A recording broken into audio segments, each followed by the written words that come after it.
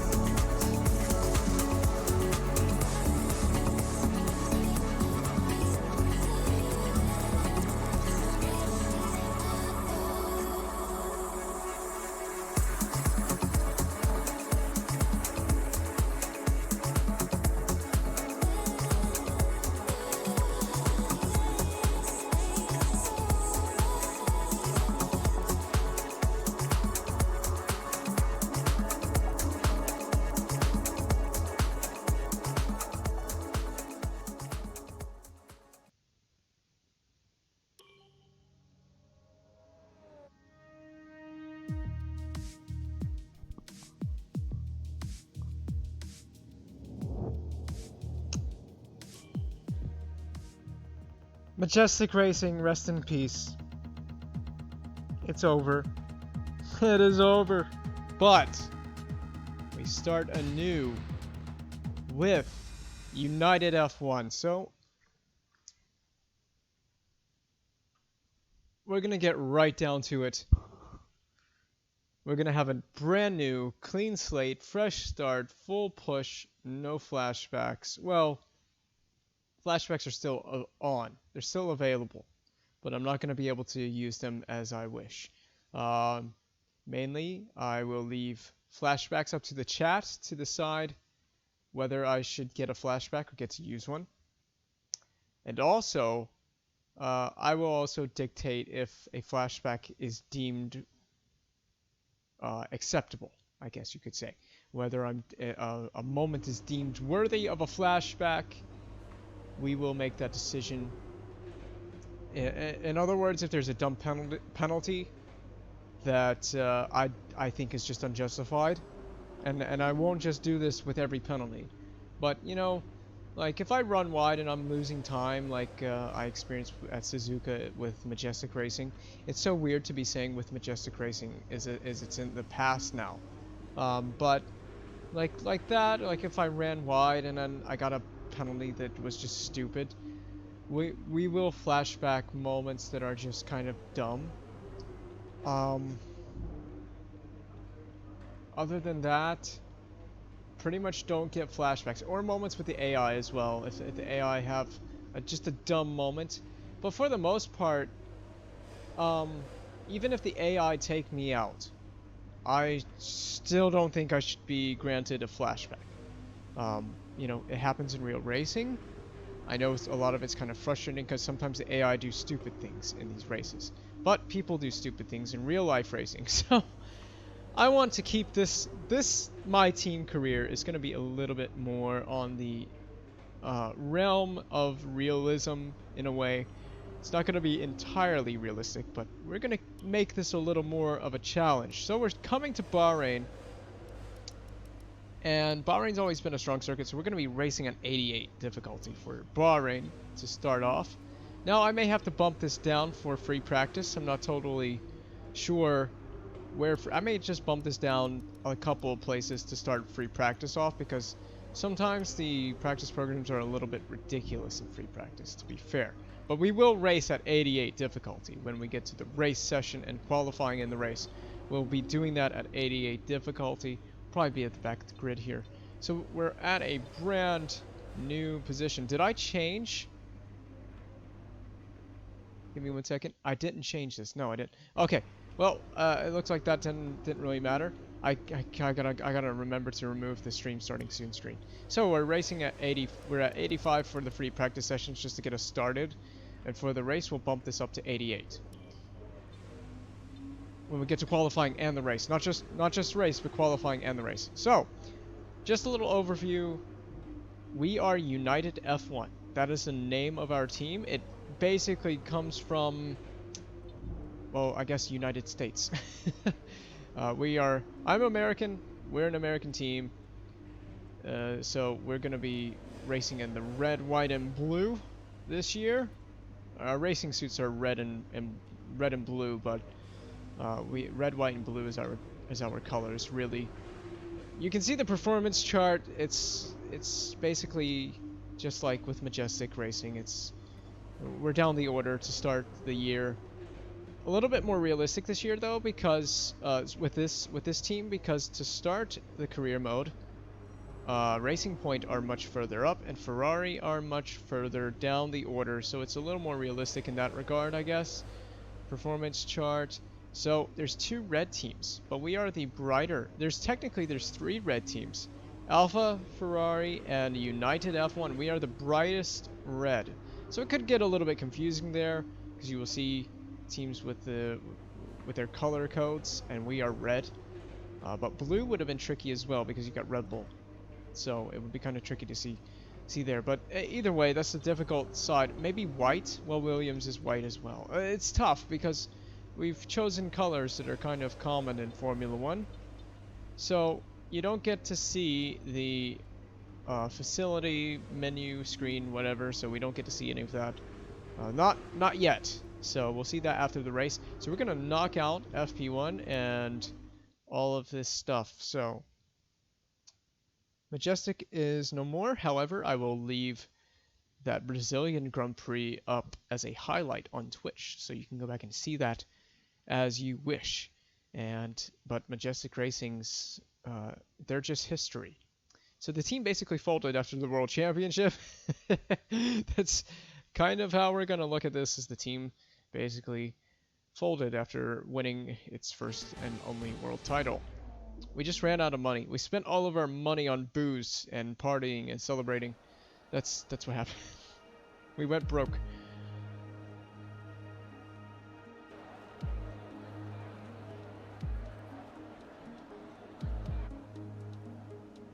Or you could also just look at it as those 3 seasons were a fever dream. That's also an option. It was a fever dream. It never happened. Morning, boss. Jeff here. Thanks again for bringing me on board. You've found a lot of talented people for this team. I can't wait to see what we can accomplish. Oh, Our journey to the Constructors' Championship starts here today, and the car is ready to head out whenever you are. you know what? Did I lose In the everything? unforgiving world of Formula One, free practice sessions are a vital part of any Grand Prix weekend. During your F1 career, you'll be able to utilise these sessions to complete practice programs, which will help you learn the track and earn you points that can be invested in developing your car. I don't care. Sorry, I already know how to do all this. Did I lose everything, including car setups? Oh my god, I lost everything. I lost everything, didn't I?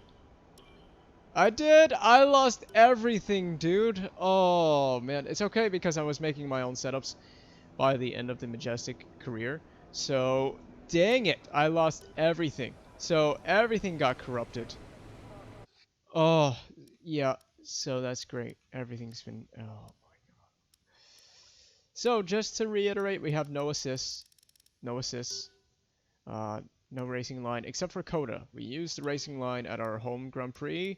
Flashbacks are on, but are not... I am not at liberty to abuse them.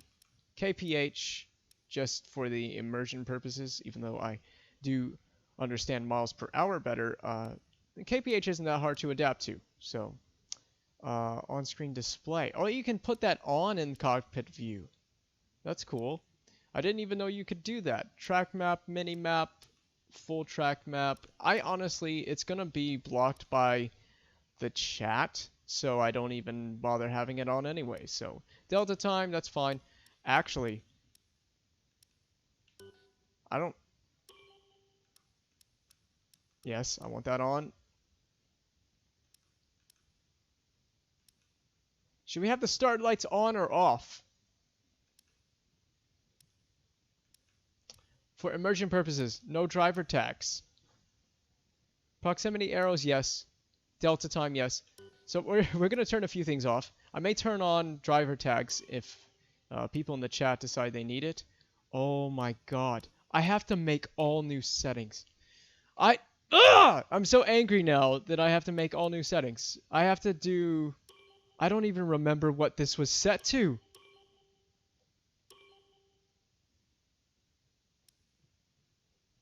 Okay, well, this is gonna take a little bit longer because I didn't realize it completely deleted everything I've ever done. So you're gonna have to give me a moment because everything I've ever done to set up is now gone. It's all history. Everything is history. I gotta go to past broadcasts. I gotta find the first race I did with this wheel, which was China, I think.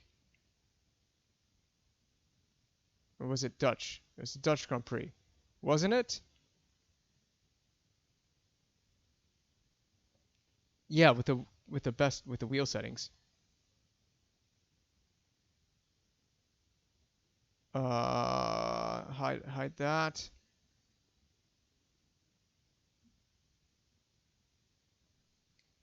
We've had the stream starting soon screen since Dutch Grand Prix. That's crazy.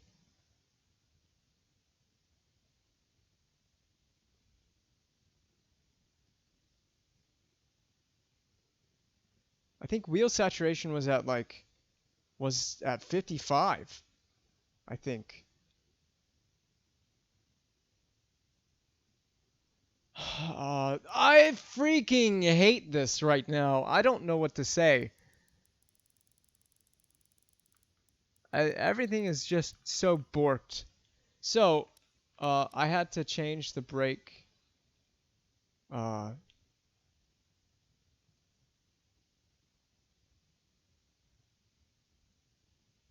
think it was brake linearity. No, it was throttle. Throttle linearity. Or not. Maybe it wasn't. Dang it.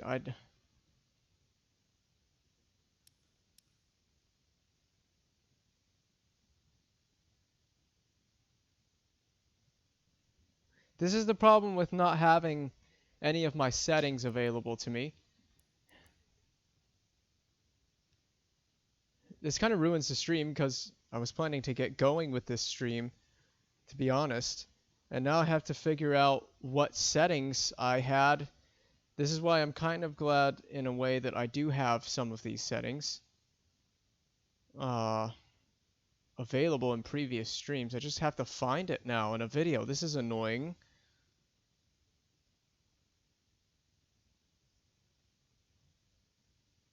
So sorry about all of this, but I have to figure out what I had my steering wheel set to. If I can find it in a video at all. Oh, there it is. There it is. Yes. Click on it. Click on it. Click on it. Click on it.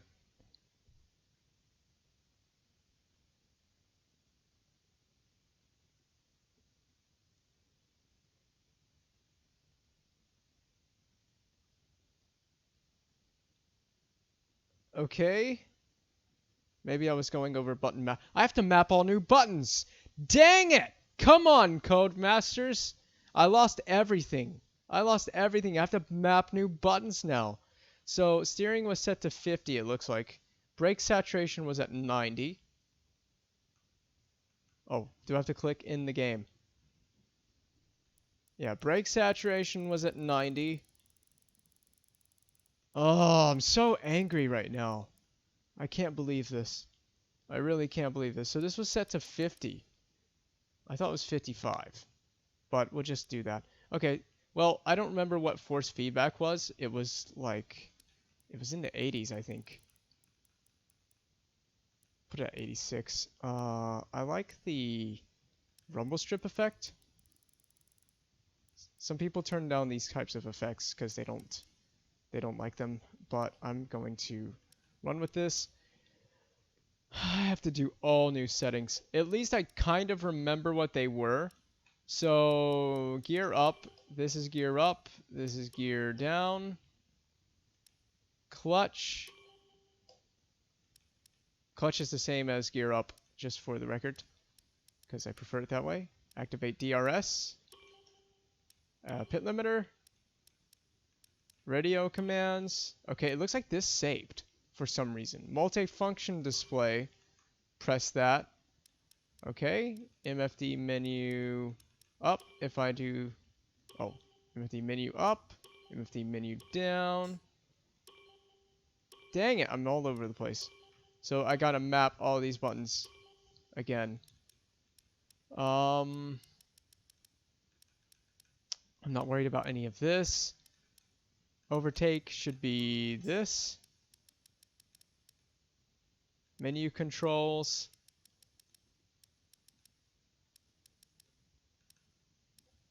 Calibration. No, I don't need to worry about that. Mfd shortcuts. This is the important.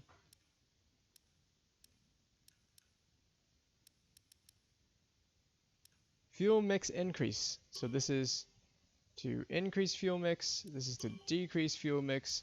Brake bias. What did I have brake bias set to? I can't use that. Okay, I can't use that to set the brake bias. Brake bias. Okay. And brake bias decrease. Okay.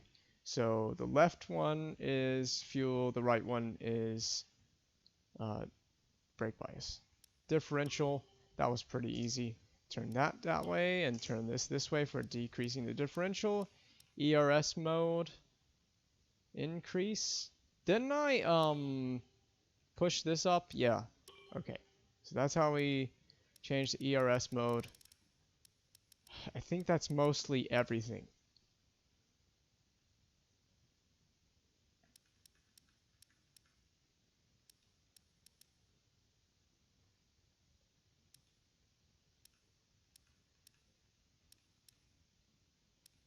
Temperature panel. Ooh. I like that. I like having these little shortcuts. That helps. And the engine state panel. Turn it to the left. I'll probably never use those buttons. If I want to map something else, I may map something else.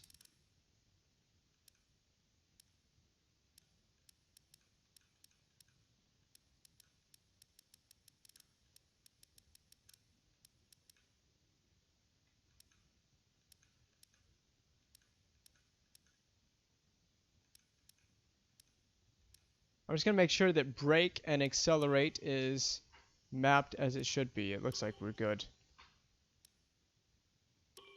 Steer to the left. Steer to the right. Good. Everything is good. Save as a new control scheme. We'll just call it my team.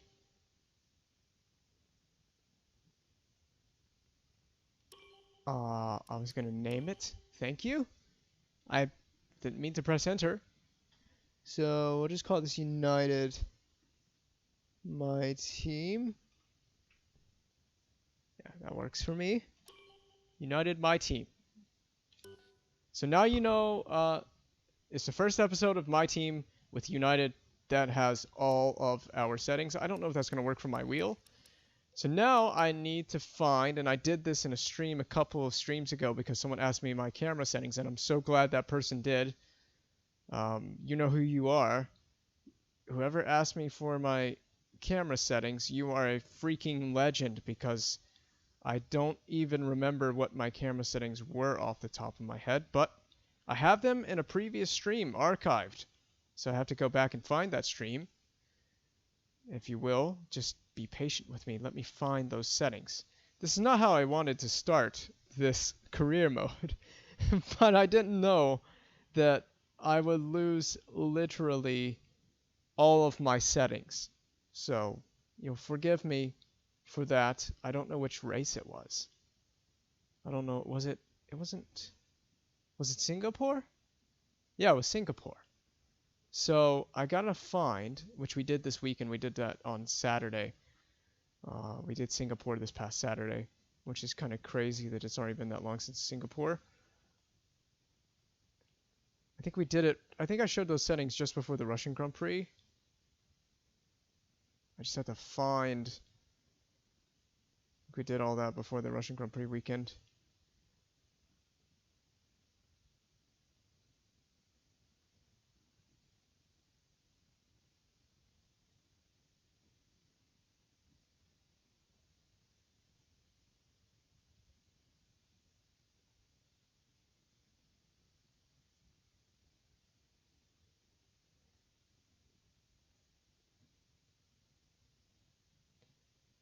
So just give me a moment, because we're going to have to get the camera customization settings. Yeah, I don't care. I like my own personal... See, all of my settings have been reset. But the person that gave me the setting, they gave me, or asked me to show the settings, you're a legend. Because they're somewhere in the stream, and I just have to find it again.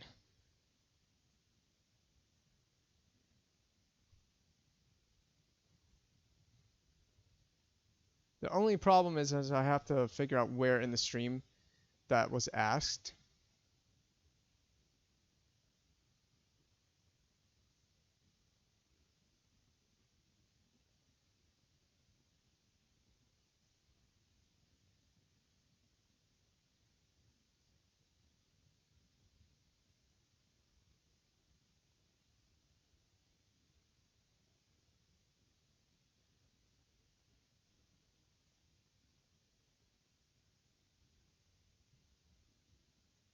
I don't see it. I don't see where.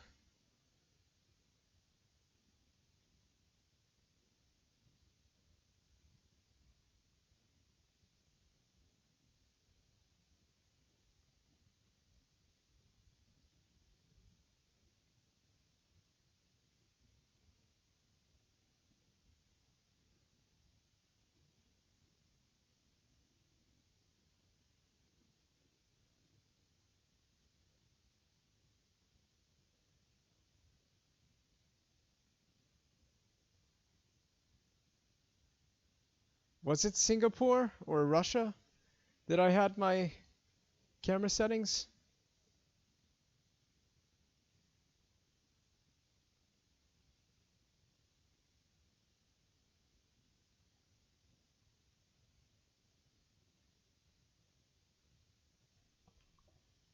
I have no idea. I have no idea if it was in the stream.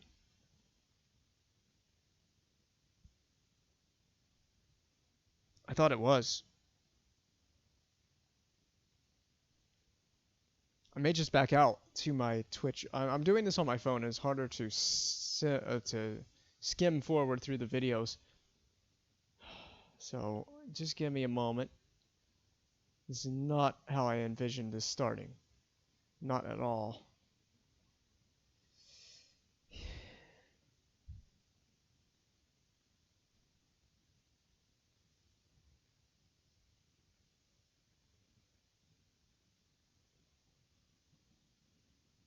Host Dylan and Renetta. So I'm going back through my Twitch, trying to find... How do I get to my channel? There it is. We're live! Yeah, we're live. I know, we're live right now. I'm trying to do this.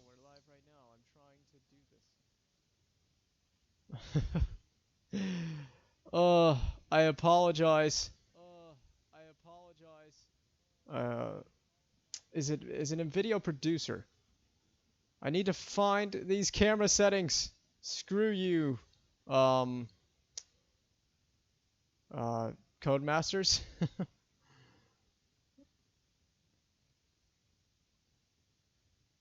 Looking for the Russian Grand Prix stream that I did. It should have my camera settings in that video because someone asked me for the camera settings. I don't know where in the stream that was that they asked for those settings. I'm trying to find it at the moment. So again, I apologize. We were supposed to be starting this My Team career mode, but now I'm trying to figure out what my camera settings were because they got deleted. Thanks to Codemasters. I don't know if it's Codemasters' fault necessarily. It's unfortunate. Where are these camera settings? Like, what happened to them? Oh, I've clicked on the wrong video. Oh man, I'm so pissed off. This shouldn't even have happened.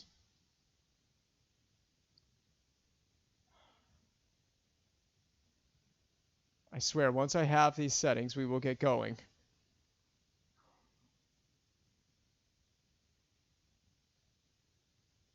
Let's see.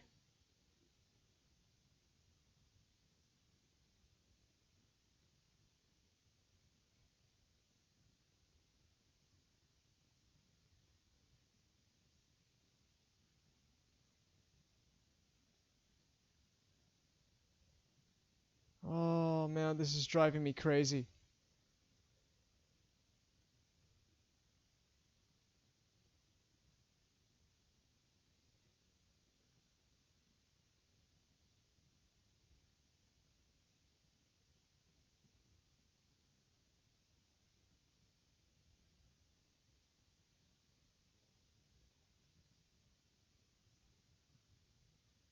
Maybe it was after Monza or one of those races. Someone asked me for my camera settings and I showed them. And it's critical because I need those camera settings. I may just have to guess at it.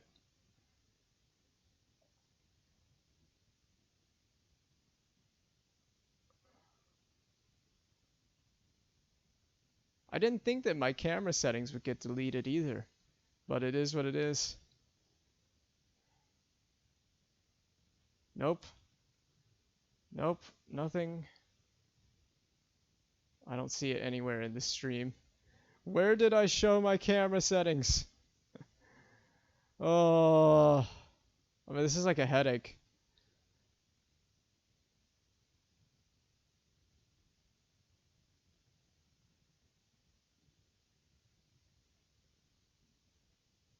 I'm so pissed off. I'm so pissed off that this has happened.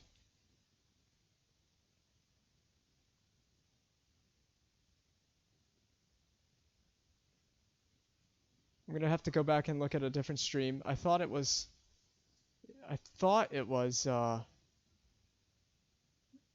Singapore. Maybe it was Monza.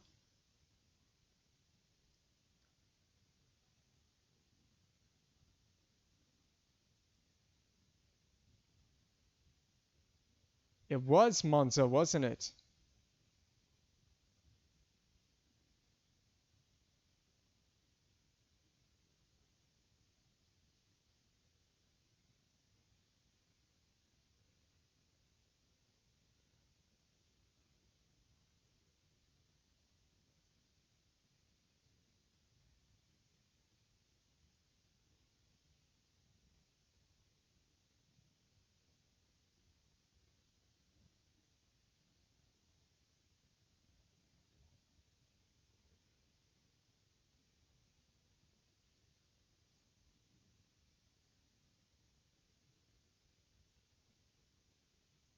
Oh my god.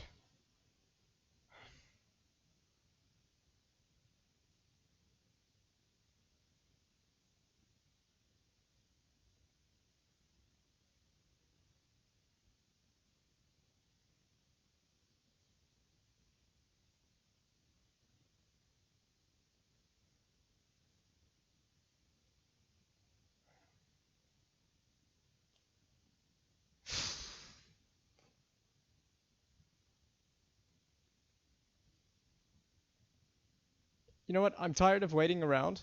I'll tell you what. Let's do this. Let's just make our own settings, and we'll just try to get it as close as possible. So, lower FOV. We'll just offset this a little bit. Drop this down.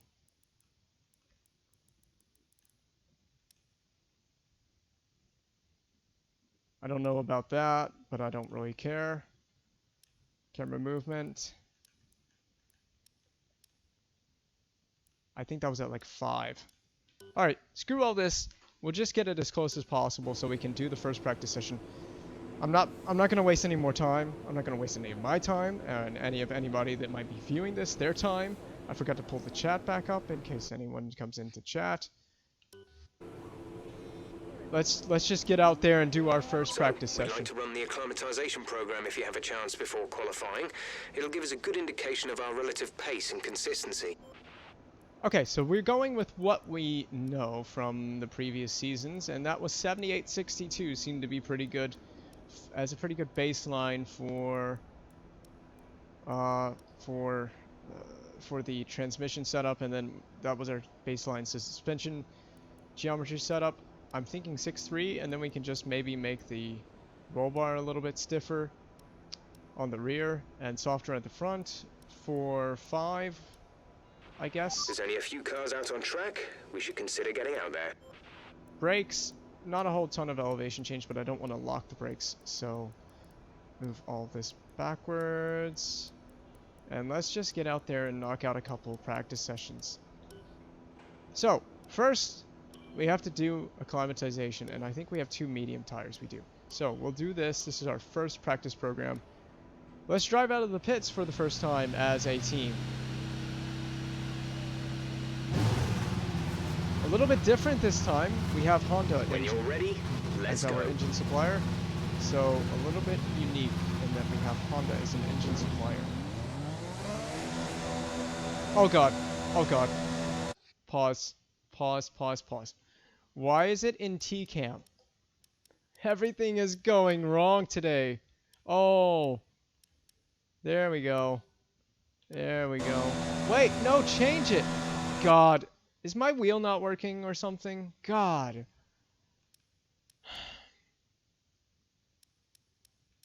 Cody's, why do you have to screw me like this? Why do you have to screw me like this? We're supposed to be... There.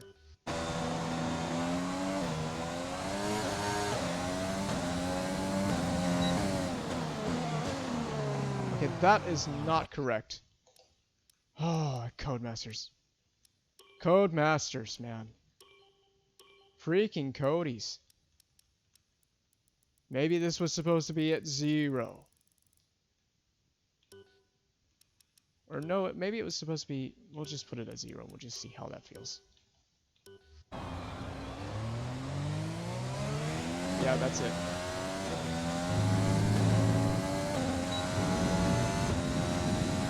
Okay, so we're beginning our first outlap as a team.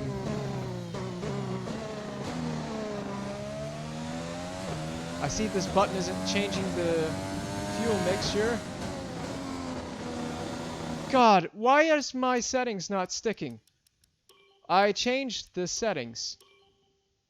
So I could change fuel mixture, right?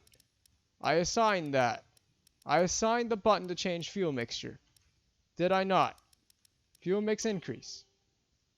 Fuel mix increase, okay? Fuel mix decrease. Why is that not saved?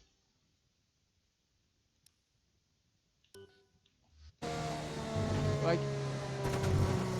it won't let me change the fuel mixture. God. Oh, okay, I was pushing it the wrong way. You know, let me change that as well. God, this is such a freaking joke. This is a joke.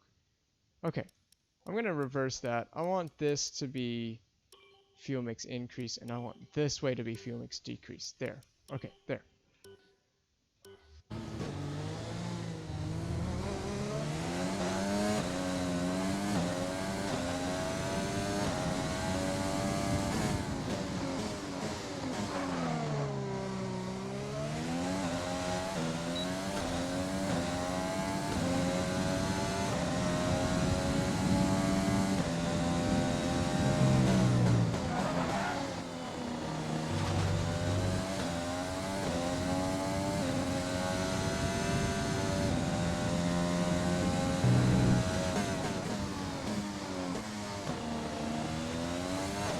Okay, so we're finally getting my team underway with United Racing. Majestic is no more.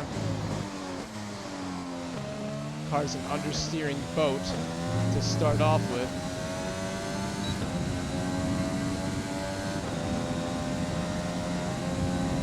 So we get flashbacks in practice, for the record.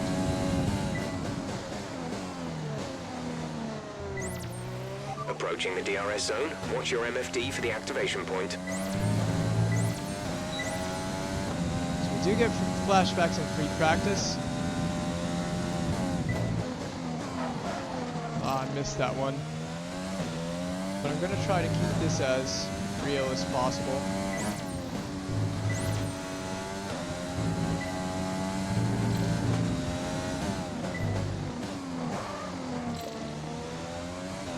Okay, so far the car is just an awful boat. It's an understeering piece of crap. God, I can't even turn the thing.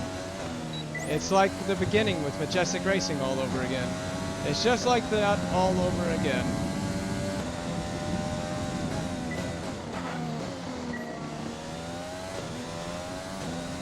It locks up too easily. So you're gonna have to reduce the braking pressure.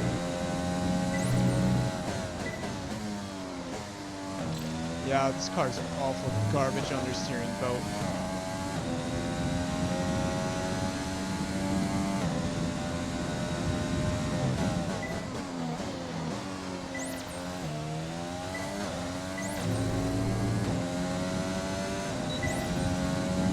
Okay, I hate starting off with a new team. Slow in these corners. Turn 4, turn 7, turn 8, turn 10, turn 13.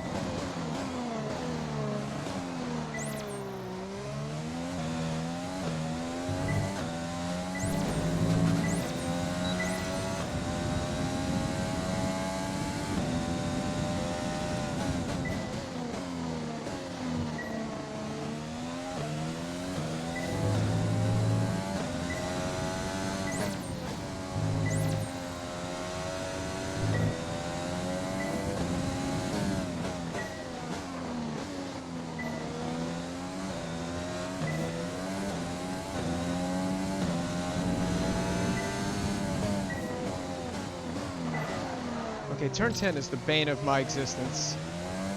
Much better on this lap though, we've improved a lot. just need to reduce the brake pressure a little bit. It's too high.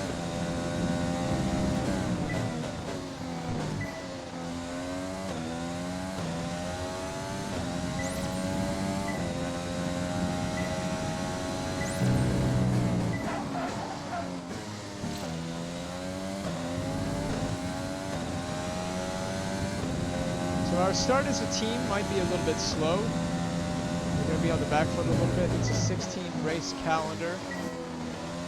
So we don't have many races to make our way into F1. We're just going to have to kind of... Final lap. This is the We're final going to have lap to of the improve where we program. can and make the improvements that we can. As much of a leap as we can. We probably won't be very strong for Season 2.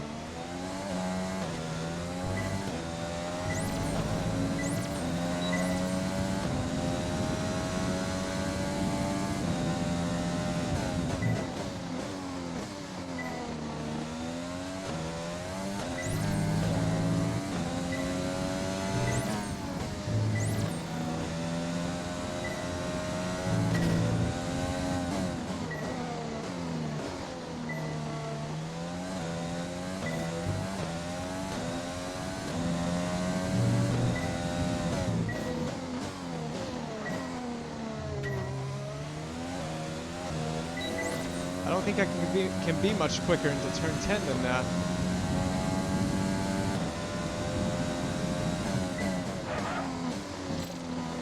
Completely borked that corner. Good job.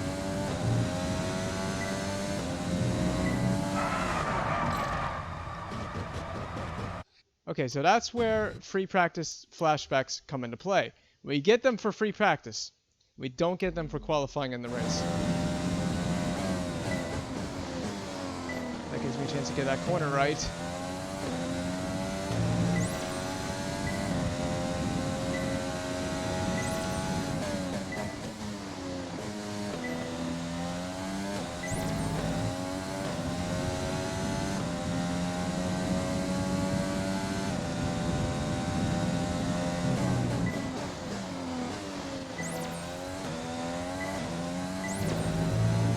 All right. We're finding the pace on this last lap. I know I didn't Program use a complete and a flashback. job well done.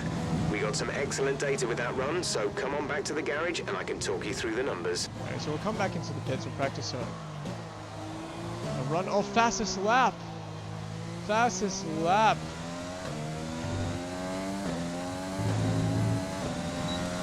You might want to bookmark that one. Screenshot it. Do something. We got a fastest lap. And it's already taken away by Alex Albon. Good job. Ruined our enjoyment for the moment there. Oh, that's a bit of a corner cut. It's an in lap, so it's not a big deal.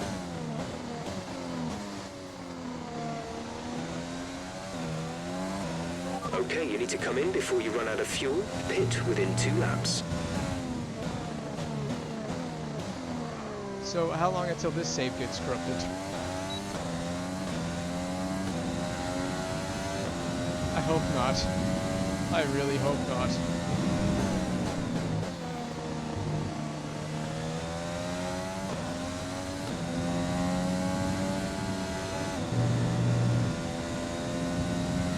Box this lap, please. Box this lap.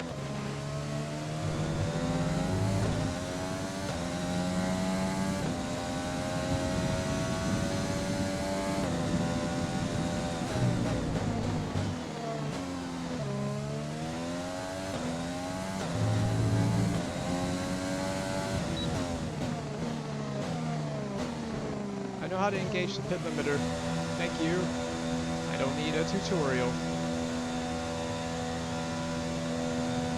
So There's it's only taken one lap of forever, fuel basically, remaining. to get When to driving with the pit start assist streaming, disabled, you'll but- need to be mindful or of your start speed when actually entering the pit driving, lane. If you hit the limiter line too fast, you'll pick up a penalty. Watch the on-screen prompts that show your target speed and distance to the limiter line.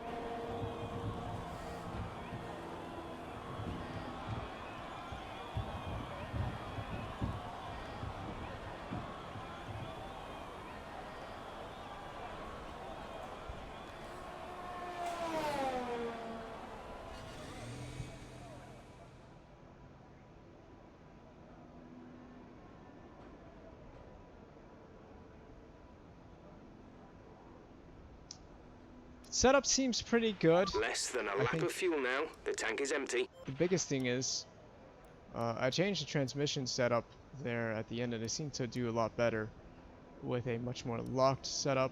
We're going to move the brake bias, or not brake bias, brake pressure back a bit. Other than that, pretty Our best decent. lap so far is a 1 minute 33.6.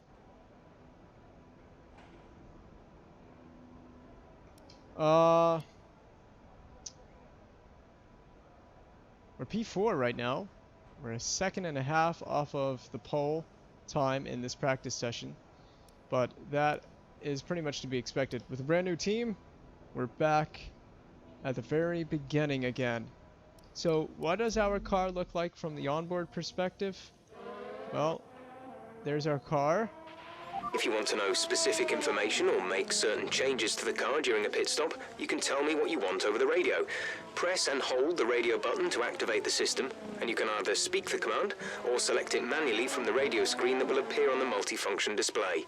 While the radio is active, cycle through command groups with the MFD button. Here's our car. Delatraz is driving it. There's the onboard. We don't have any other secondary sponsors. I don't think we can afford any secondary sponsors at the moment.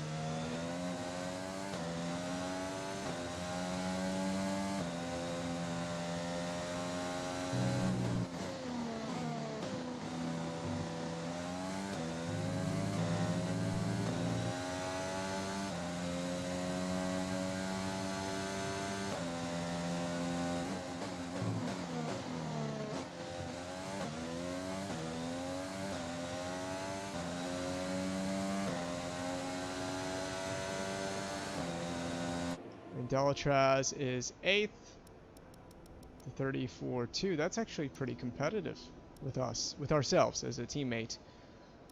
So let's do the tire management program, I guess. We did acclimatization. Tire management, we should have done acclimatization on soft. I know it's tempting to focus entirely on the race, but we should put a bit of time aside to run the qualifying sim program. Try to run it before the end of FP3 if you can.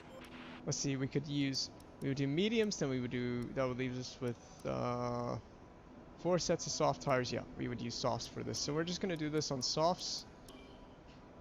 And we've already driven out for the first session and pit in. So what we're going to do for the remaining practice sessions is just flying laps, just to kind of get through this as quickly as We're 10th possible. in the speed trap, 320.7. Not everything has to be full-on immersion, you know what I mean? I don't mind coming out of the pits for the first time, you know, it's the first time we're going to drive the car. We need to be sure you can manage the tyres through a lap, so try to keep the wear down through each corner. Be especially careful accelerating on corner exit. Just a great lock up there. The car is pretty poor in terms of being able to slow down and hit its marks.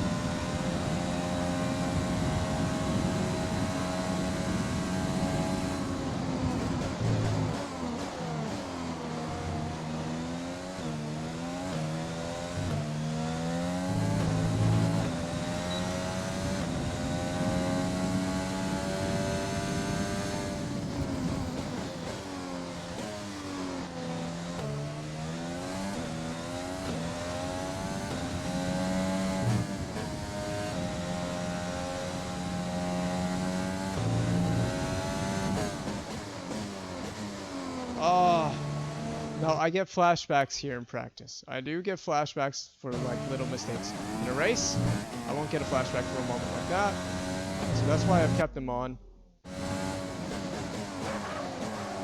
God, we just can't slow this car down. It's awful on the brakes. It's like we have the cheapest brakes ever for a Formula 1 team.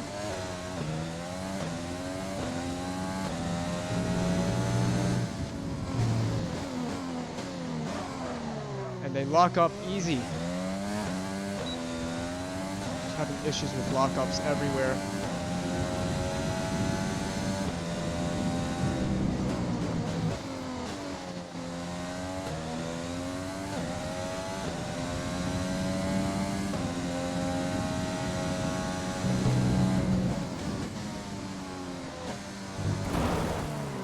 God.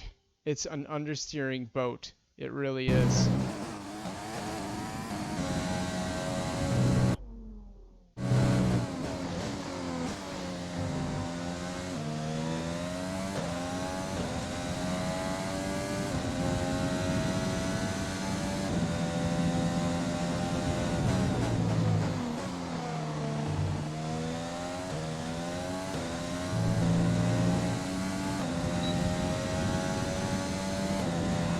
Okay, test complete, and that was a very good job. All right.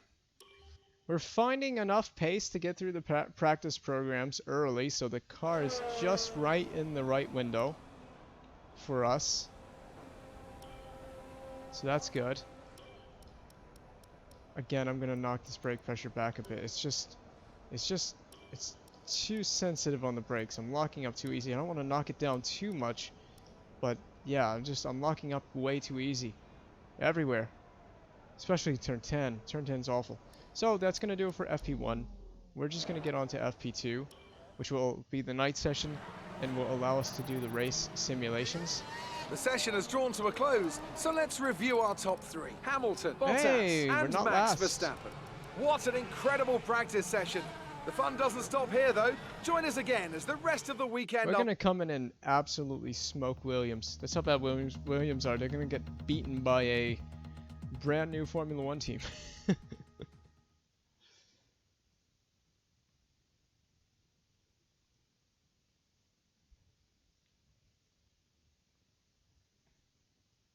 I feel so bad that the previous career mode is done. It's just gone. It's just there's nothing I can do. Oh. I'm so disappointed. But we get to start a new journey here. I'm not going to do a full 10 seasons. We'll probably go to about 6 seasons with this team, see how it goes. Try to push for a championship.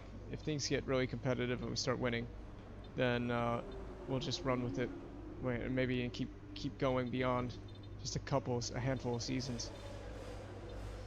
So there's the calendar this year: Bahrain, Vietnam, China, Netherlands, or Netherlands, however you prefer to pronounce it. Spain. We do have Monaco. Okay.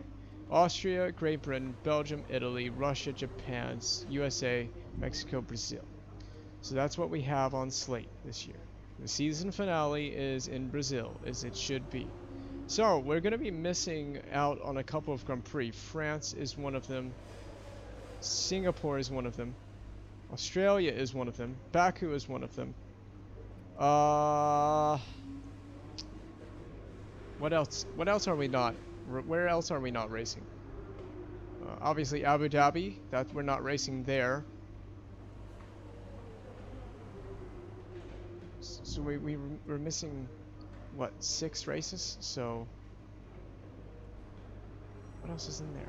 There's one more in there that I think there's one more in there that I'm missing. Baku's, obviously I mentioned Baku. I think that's all of them. Hungary. We're not racing in Hungary this year either. Honestly, this is a good slate of tracks. Everything except Monaco, really. Vietnam. This is a good, doable slate of tracks. So, Season 1 is a shortened season. Season 2 will be a full race calendar. We're going to be coming back with a full race calendar in Season 2. But for now, it's a shortened season. Let's get on to the next practice session. So that's just an overview of what to expect for the first season. It's 16 races, much shorter. Every race counts counts all the more greater. And like I said, we end the season in Brazil, as it should be. So 16 races instead of the 22 we had on slate. So now we get to do the race strategy program, and this is where we're going to find out how our car feels over long stints for the first time.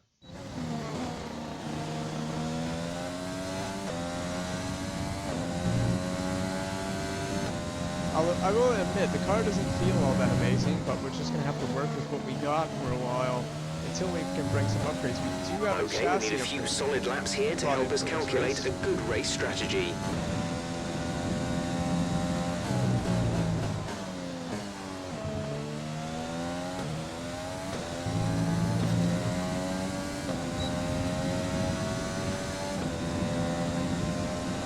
So this is really just about trying to be consistent.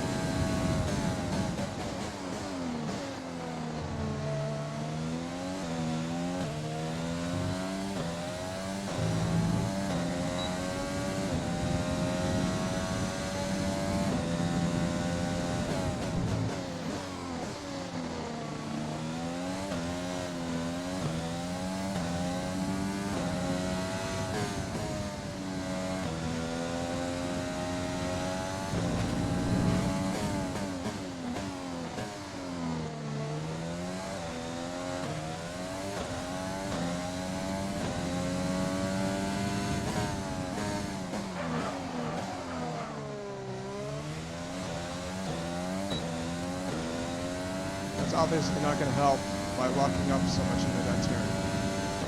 So we're going to be very careful.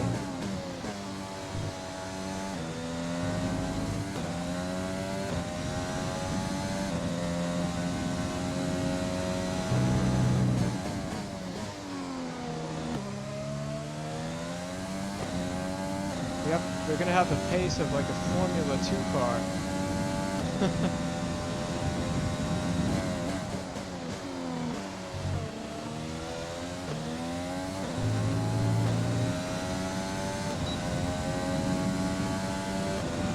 Great lap. You've nailed what we asked for. Keep it up.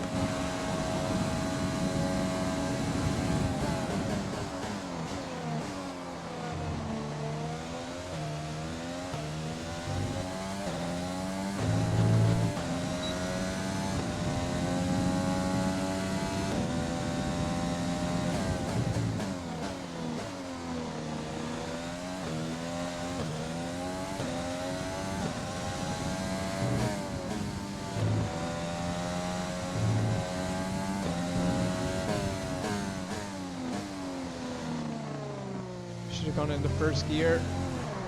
God, I hate that turn. It did that to me in Season 1 with Majestic Racing.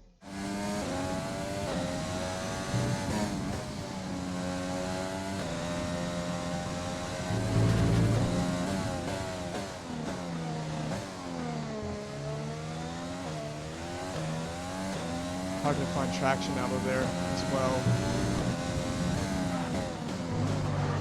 God, I hate turn 10 as well. This is one of the hardest tracks with the first car in with the new car in the first season. Especially with these corners like turn 10, you just can't find any pace here.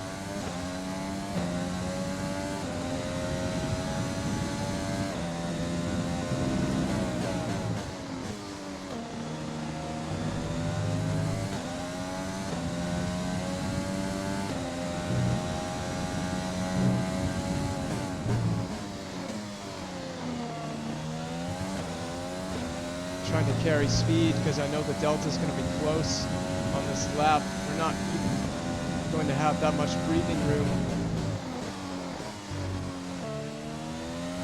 Coming through the final corners.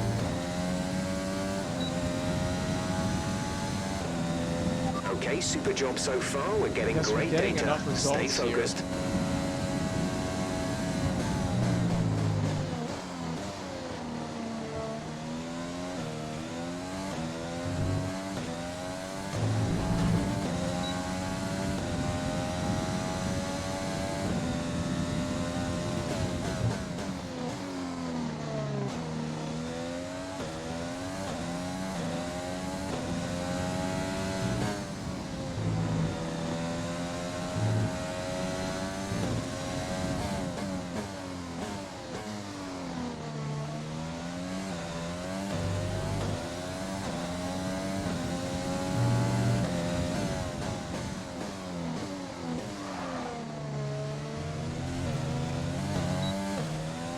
Great lockup into turn 10. You nailed it. Good job.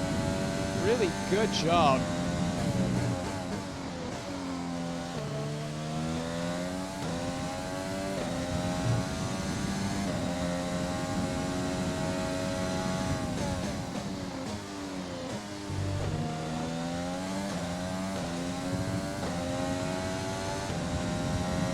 car is awfully slow.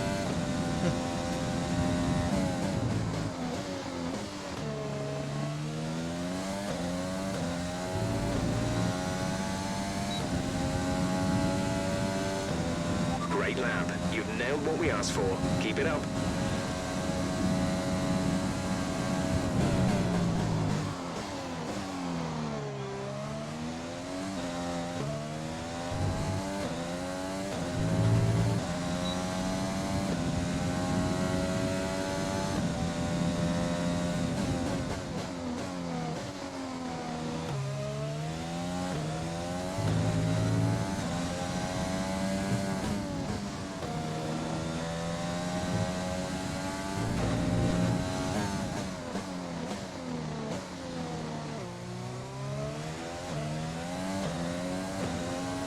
Much better.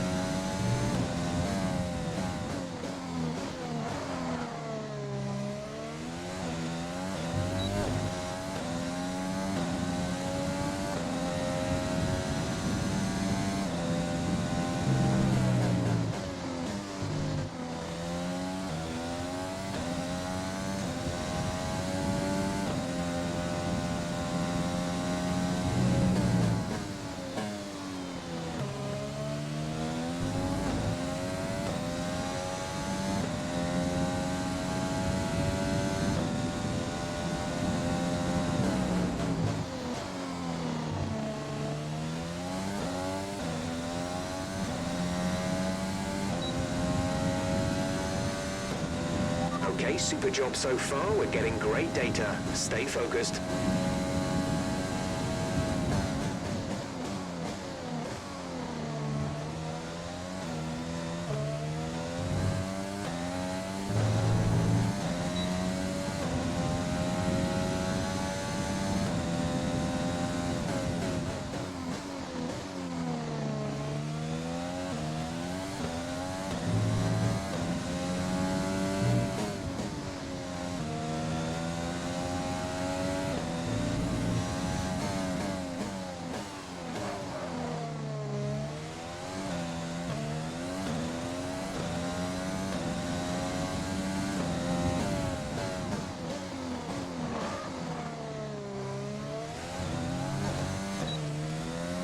Can't avoid the lockup in the turn one. It just doesn't seem possible.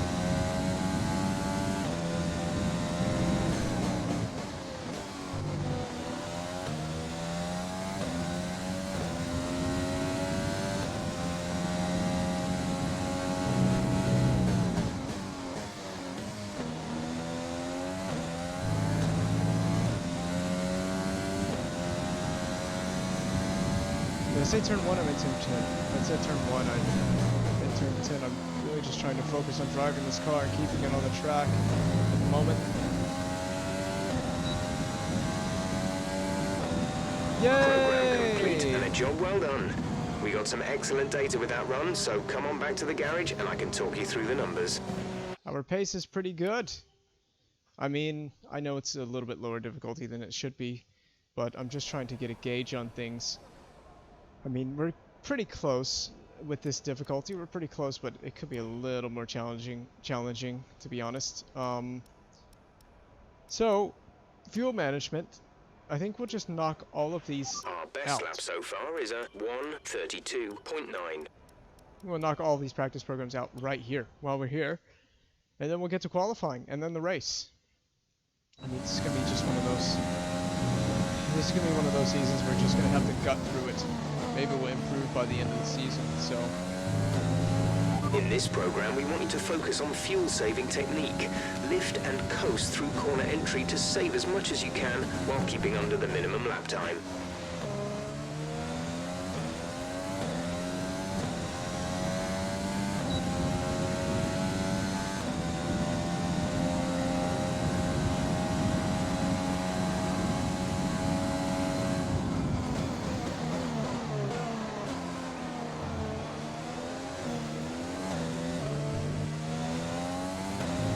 DRS is offline. The rear wing is down, so you can stay out Already while we we've got work on a technical fix. difficulties. Good start to the team.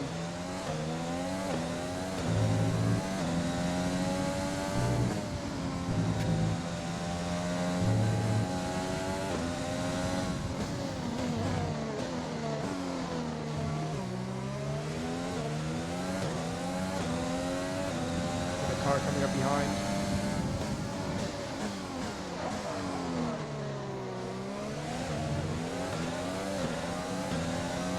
It's Merc. We're just going to try to bully the new team in Formula 1 here.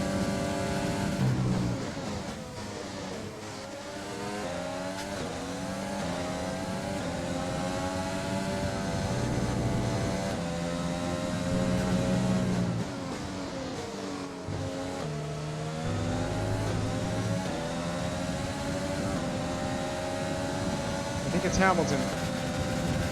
And it is.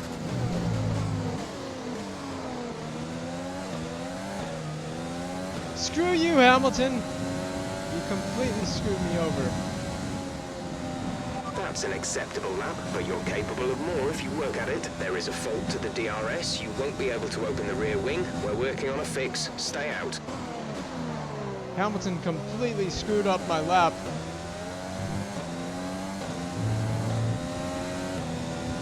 We don't have DRS either. Oh. It's okay because in a few seasons' time I'll be racing him for the World Championship.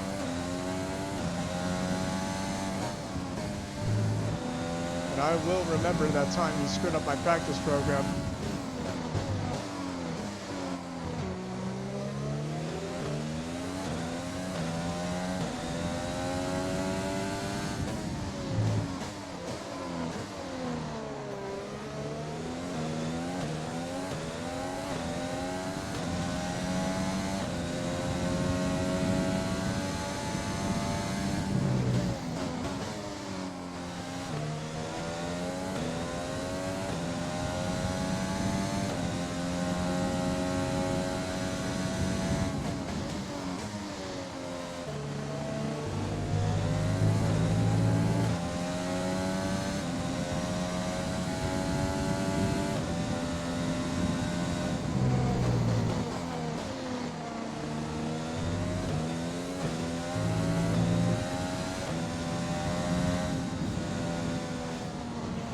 Okay, decent lap. Hold on. How is that not purple fuel saving?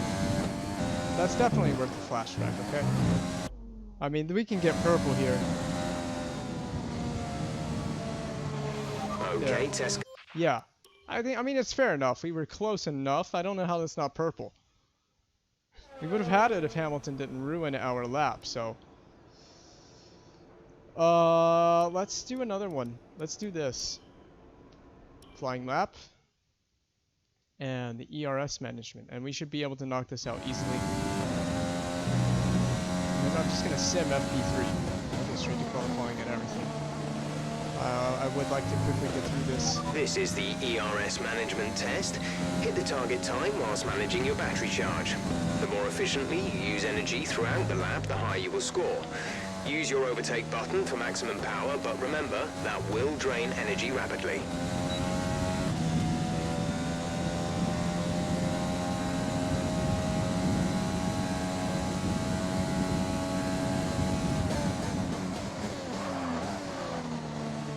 God. I haven't even really started the practice program and I'm already screwing up.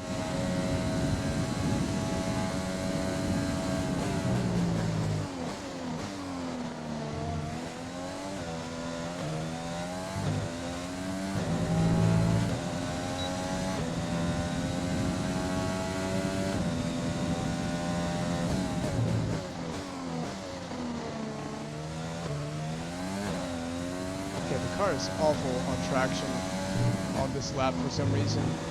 I can't figure it out.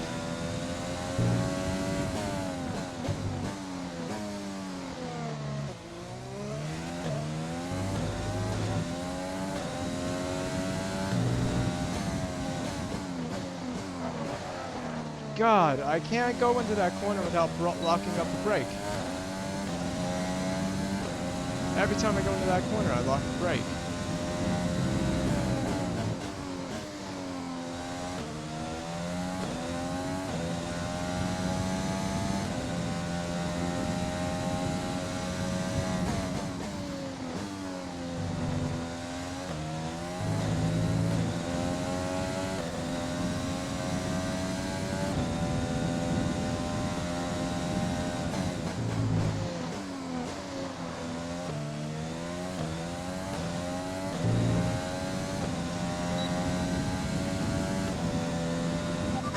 complete and a job well done. That's basically our fastest lap of the whole weekend. We did a 31.7.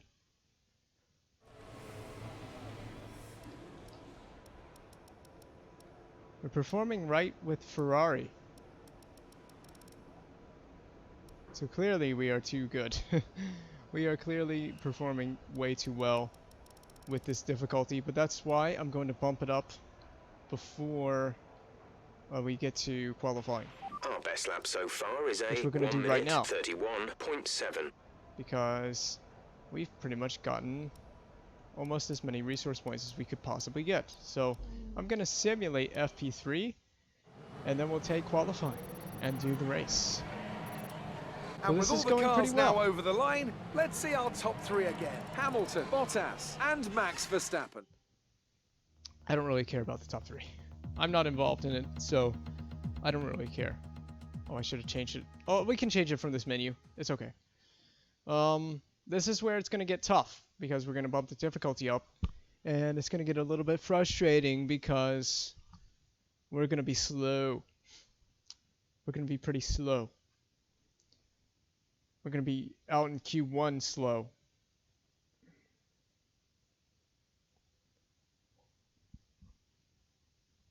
But that's all part of the fun and journey of starting a new team, is trying to get those first points, that first podium, that first win, all of that stuff. It's fun to try to chase all that down.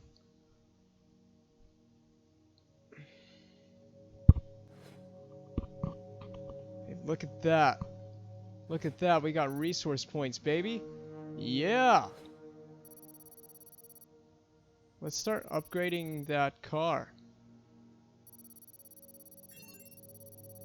Alright, up to level 2. That was quick. Something about Delatraz and being on American teams. He's a Haas driver, and now he's a United driver.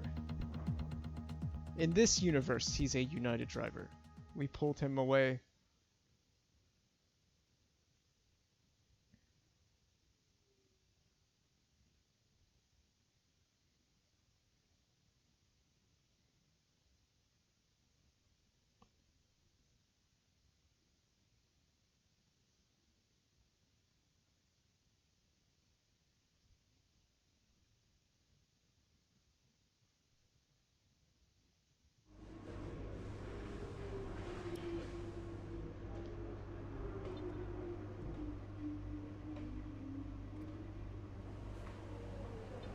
So I like the setup we have. I don't think that there's really much we can expect from this race weekend and this qualifying and everything. So there's not much to be expected.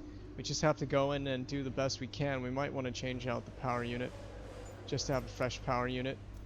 It says penalty warning, but it doesn't actually apply to this session or anything. It doesn't apply until after qualifying. We're not in parc fermé conditions yet, so it's not anything to be worried about. Do you actually get less components for a shortened season?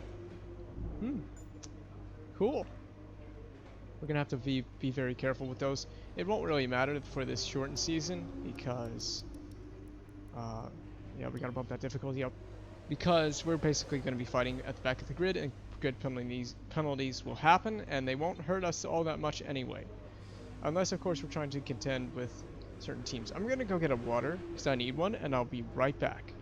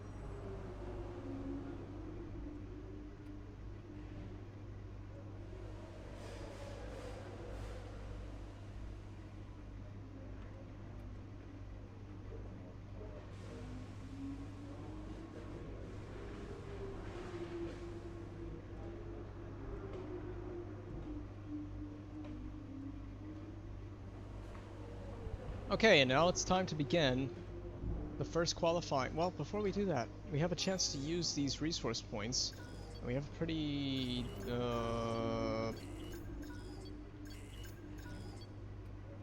we have an engine that's a bit down on power and aerodynamics. We'll get the rear downforce going. I know there's a chance of failure there. We'll get some power going. Heck, we can afford another. Let's just get a gearbox upgrade as well. So we're going to get all these different parts going. We can't upgrade a facility here to reduce the failure chance. We're going to have to start doing that soon. We don't have enough money to do that, but we need to start trying upgrades. I don't care if we lose resource points by doing it. We need to try and get some upgrades to pass. One of those at least is probably going to fail, unless we give our team a morale boost, or those departments a morale boost. A morale boost will reduce the likelihood of a upgrade failure. It doesn't guarantee that one won't fail though.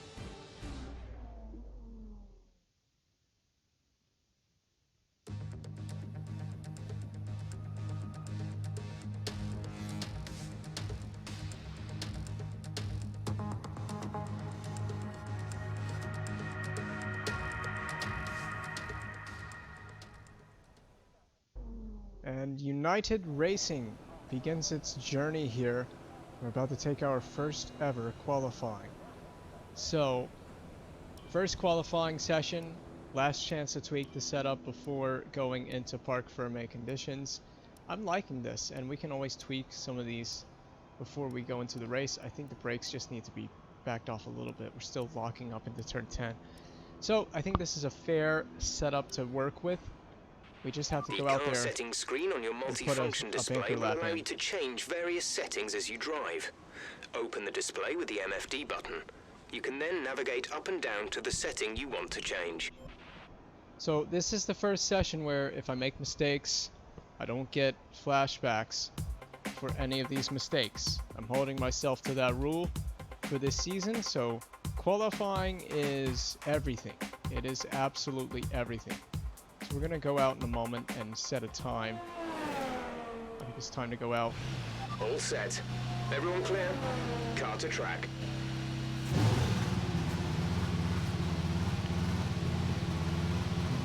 Let's hope for the best here. First qualifying in the new team, in the new car.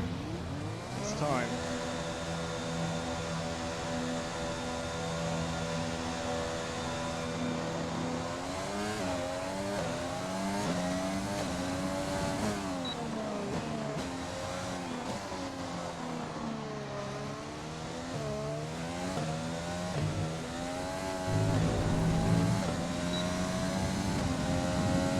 Tires are a little bit cold to start with.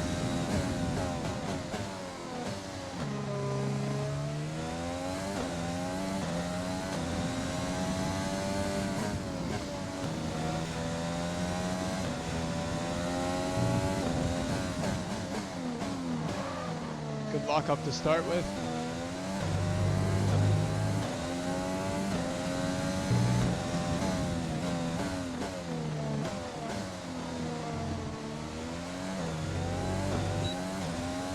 Ferrari coming up behind.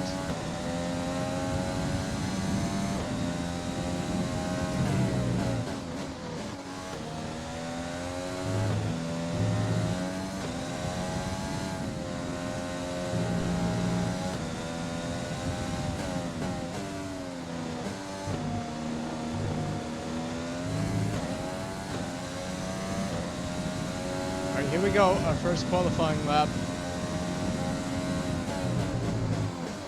Begins now.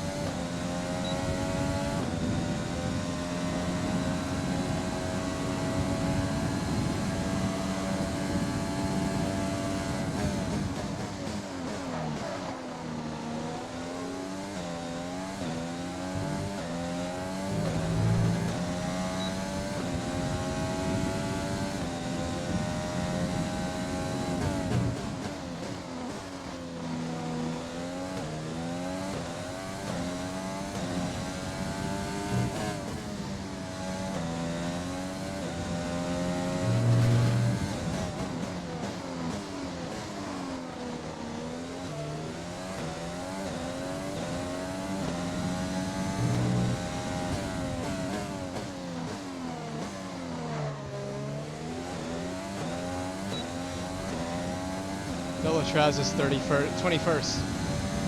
I'm not surprised.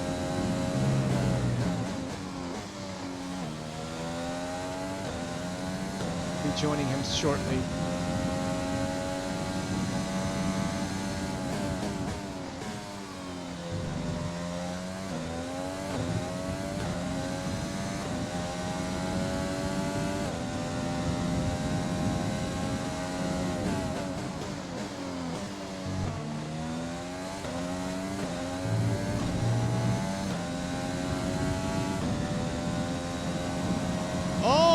Hey, P16? That's actually not bad. That's not bad.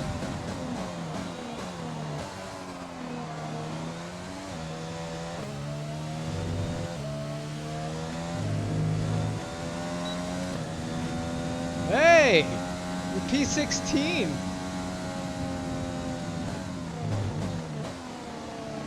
Have to look at where the car is performance-wise, but that's not bad. We'll have to go again at the end of this session. There's only one lap of proud fuel of that remaining. effort. It's a good effort for first qualifying. First lap in qualifying.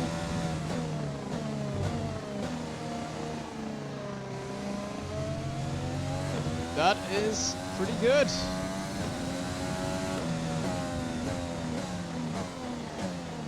Tires seem a bit underheated, but I don't know what they were doing on the out lap or on the hot lap.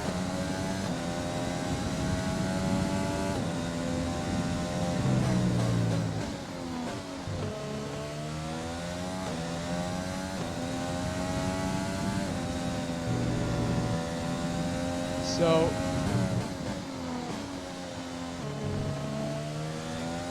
promising start for United Racing in our first lap. This qualifying session is not over yet, by any means. But imagine we make Q2 in our first session.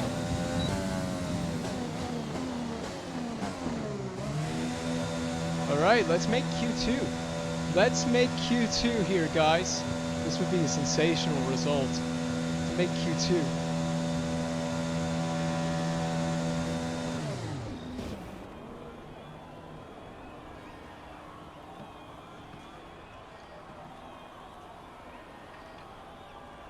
Let's make some history.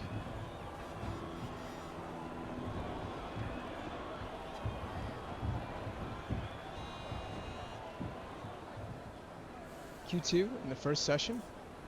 I don't think anyone would have predicted that. I certainly haven't. What are we doing? We're doing a 29.5. Our teammate does a 30. A 1 minute 30.8. So he's more than a second and a half off of our time. So far, our fastest but it's lap is a Delatraz. 1:29.5. It is Delatraz, and he is a low-rated driver.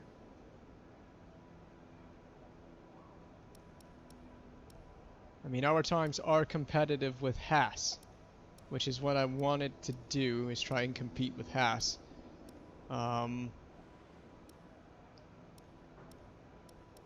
I gotta remember that everybody's in their correct teams. So Giovinazzi is not at, Racing Point or whatever.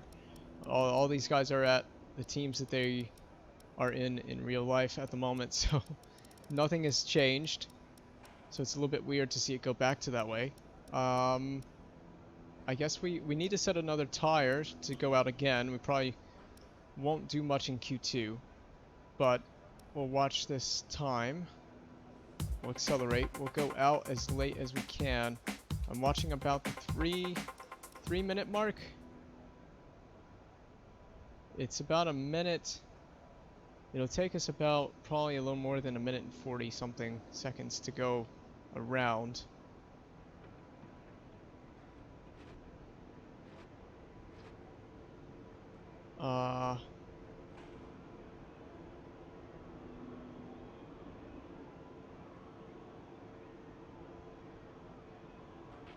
We're sitting just inside the drop zone.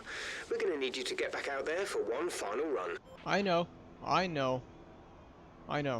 Everyone else is going to be going out. They're all going out now. Let's go out ourselves. Checks complete. We're ready. big push here to get into Q2 would be nice. Here goes Gasly. So that's Gasly. We don't have to worry about him.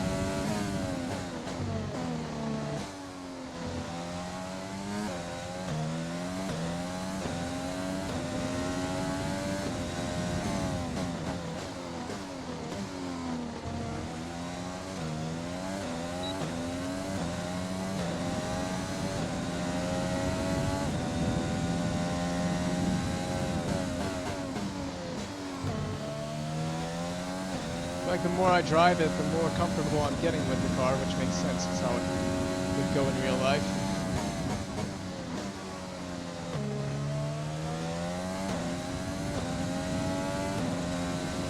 Starting to get a feeling for this car. Here we go. We got to put it in on qualifying here.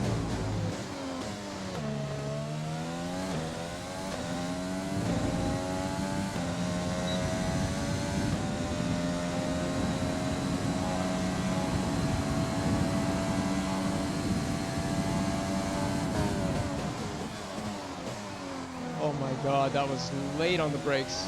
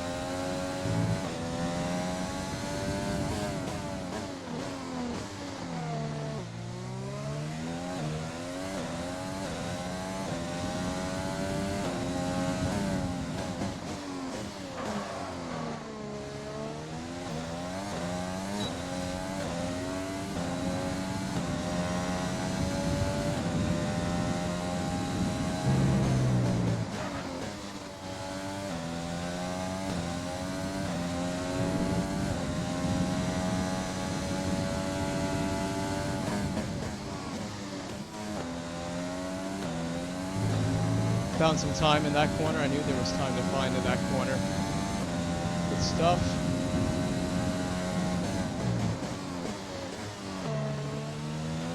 Okay, there's 2 minutes left in this session and we're in the drop zone. We need a quick lap, or that's qualifying over for us. Did we make it? I think we made it into Q2. I think we just made Q2. I think we just made Q2.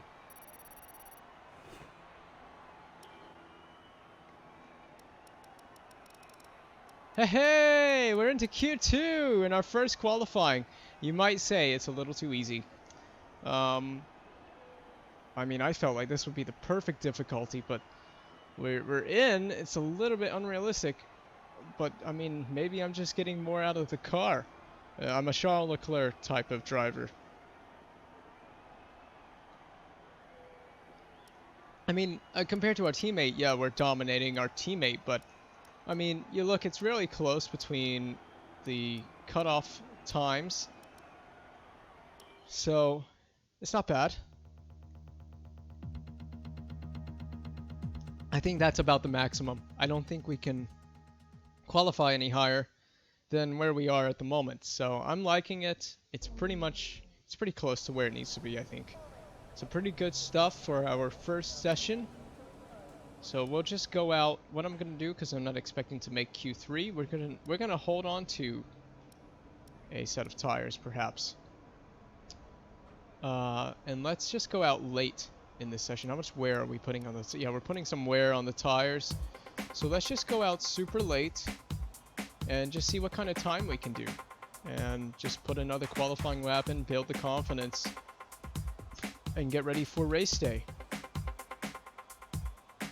So we can go out again at about the same time we went out at the end of Q1 there.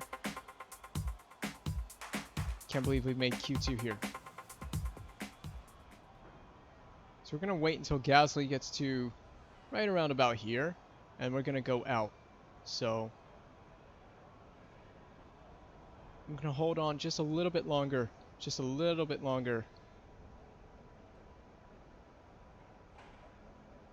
Wait until he gets down that straight. Then we're going to go out. That should give us plenty of space. And right about now. All complete. Mechanics, please stand clear. We're ready to go. Let's go quickly, quickly, quickly, so we can get through turn 1 and everything. Before they start their laps. Took a little bit longer to get out than I wanted.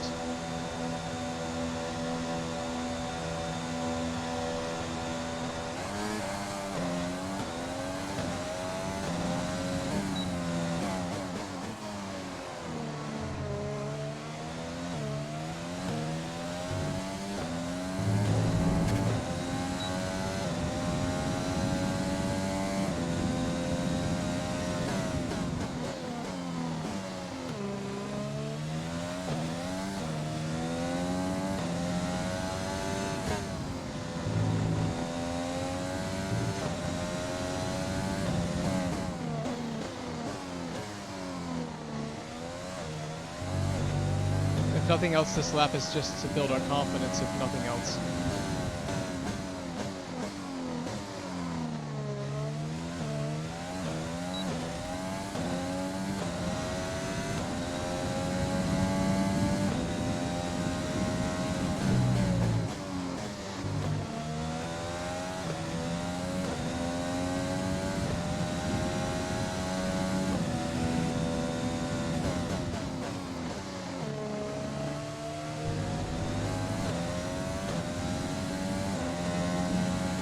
Just 30 seconds left in the session.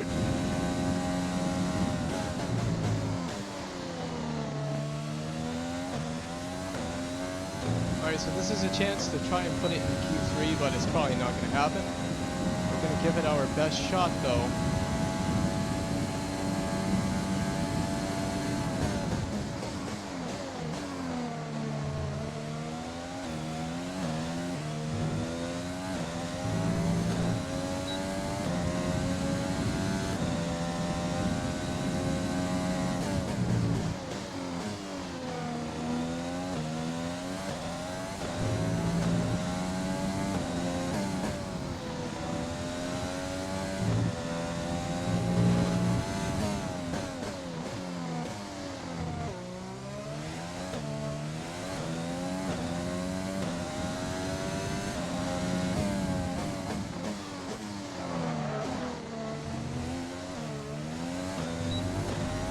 That's a mistake, and like I said, I don't get flashbacks in qualifying, so that's a mistake.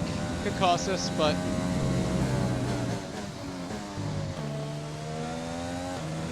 we shouldn't even really be here right now, so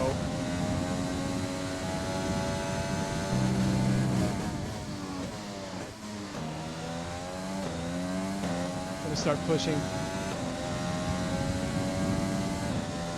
these last couple corners, try and see what we can do.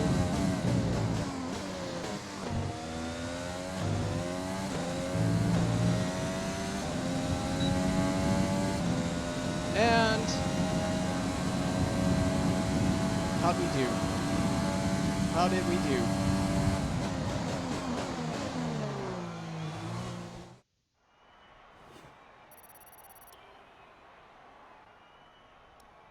Oh, we didn't make it. Obviously, we didn't make it. P15. Hey, that's not bad. You know, and considering the mistake I made in turn 10, maybe we could have been better than P15, but I'll take it. We shouldn't even be that high, but we out-qualified Raikkonen. So, pretty good start for our race. Not much else to say. We just gotta have a good race.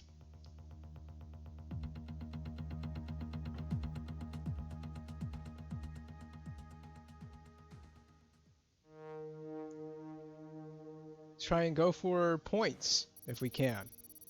We've given ourselves a really great starting position to shoot for points. I don't know if it will mean points though or not. We're going to have to push hard in this race because this car might be a little bit different in race conditions. Tires seemed a little bit warm, or a little bit cold, I mean, in qualifying, so I'm going to bump them up by 1 psi on the front and rear each. So it's a risk because we could overheat the tires. Man, it's going to be difficult because I was noticing that we were a little bit cold on tires, and that was a soft compound. So I'm going to bump them up by 1 psi. I think we're going to try, and I don't know if a one stop's possible, but we may be able to go from medium to hard. So that's what I'm going to try to do, is see if that's a strategy option that's available to us in this race. We just want to have as good of a result as possible. It's our first race, so my main objective is just try to finish this thing. Let's not bin it. Let's not throw this one away. Let's try to get as good of a result as possible. It's a shortened season, so every race matters, and if you can get points, it's gonna matter in the standings. Now, if we happen to get points this season, that'll be kind of a miracle, to be honest. So I kind of don't expect to get them, but I'm hoping to score some points sometime in the season. I don't know where that might happen, but early in the season might be a little bit too optimistic to hope that we can get points here this early in the season. But we're gonna try.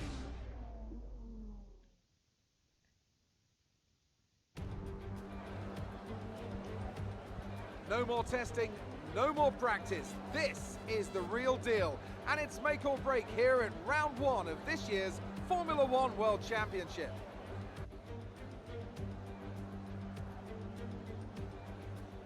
Formula One returns to the desert today on this exceptional 3.36 mile circuit. 15 corners provide plenty of overtaking opportunities. It could be a strategic race, this one, with Sakir notorious for eating up the rear tyres. Watch out for drivers managing their rubber at some point during the Grand Prix. Can Mercedes start with victory in their bid to win a 7th consecutive Constructors' title? Could Ferrari or Red Bull establish an advantage early on? And with 22 cars on the grid, how quickly can the new team find their footing? Well, it's great to be back, Anthony Davidson. We've got a lot to talk about this year. That's right, Crofty. It felt like a long winter, but it's good to finally be back.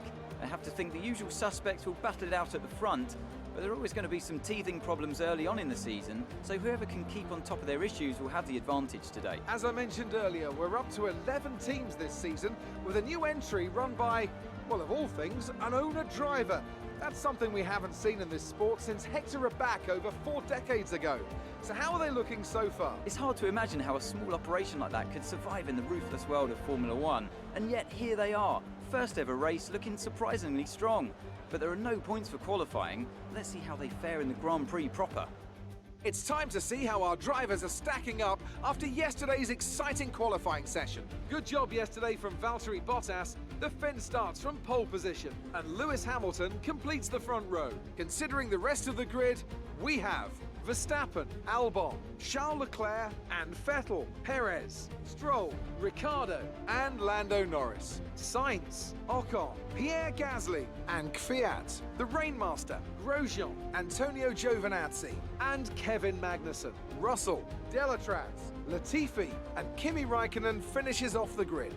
Which of these talented drivers will come out on top today?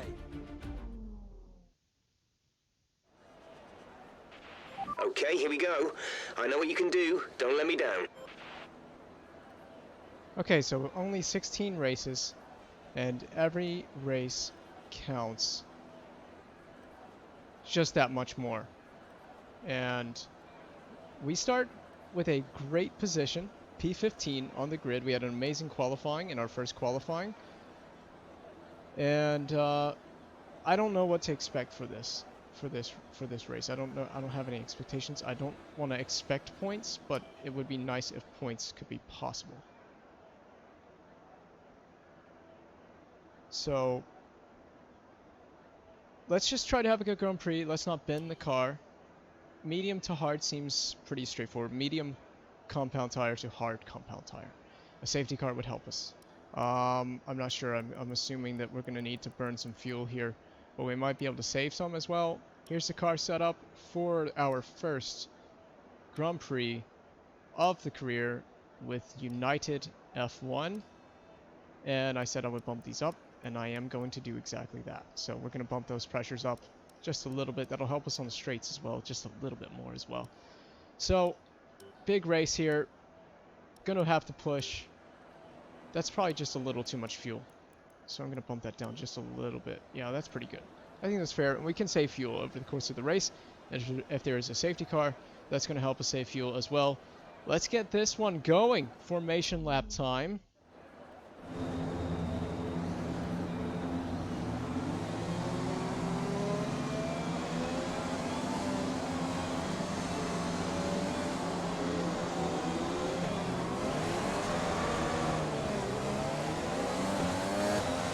Clutch bite is good, gearbox is responding normally. Make sure to warm up the tyres and brakes. Warm the tyres and brakes throughout the lap.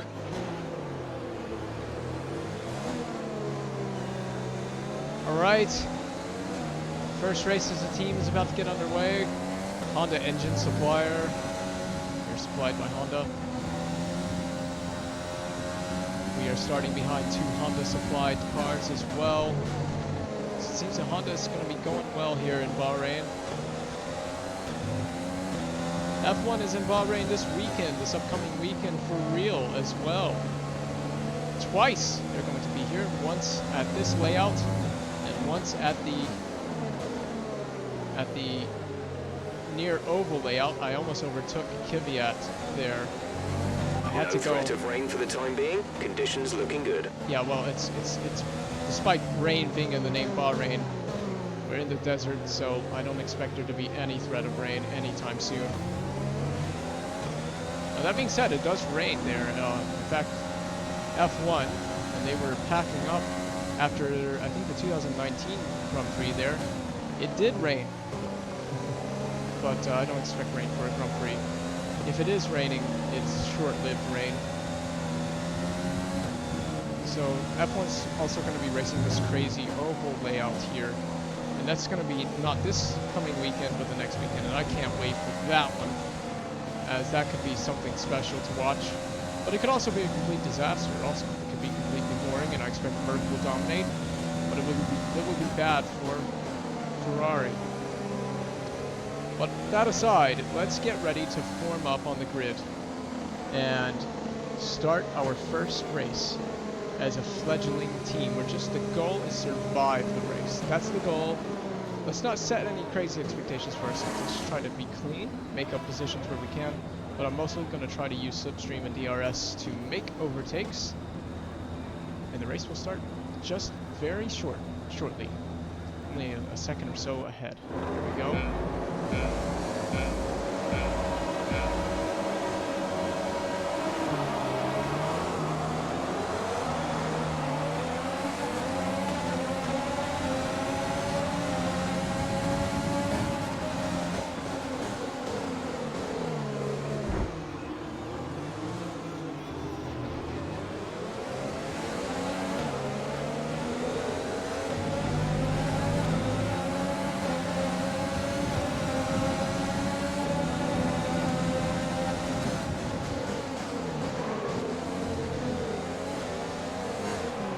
Oh!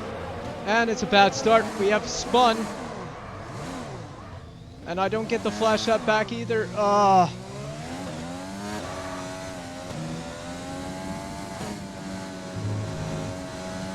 Oh, and I did spin.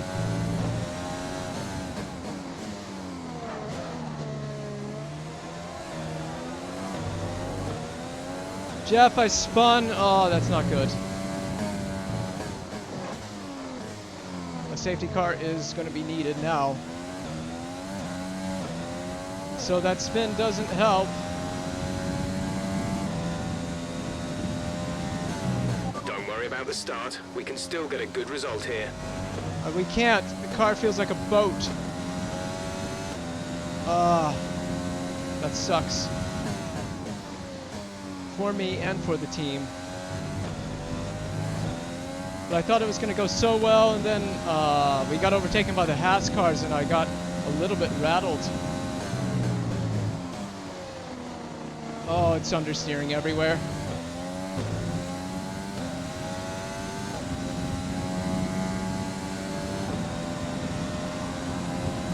Or 5 seconds adrift.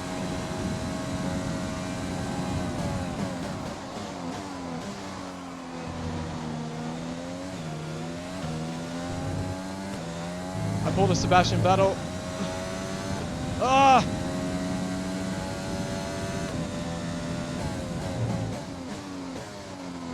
At this corner, I hate this corner.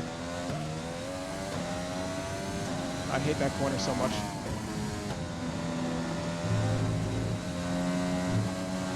I'm getting so much understeer, it's not even funny.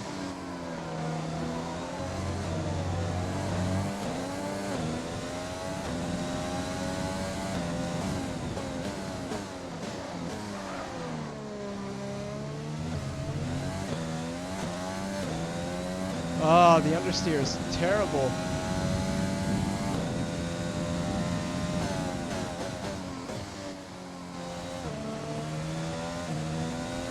Could be the heavy fuel loads that are throwing the car off a little bit.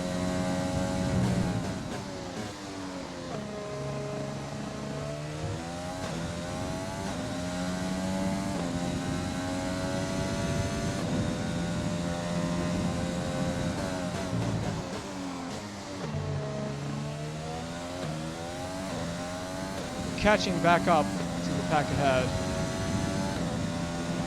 DRS is being enabled this lap. We can use DRS when you are within 1 second of the car ahead and in the DRS zone.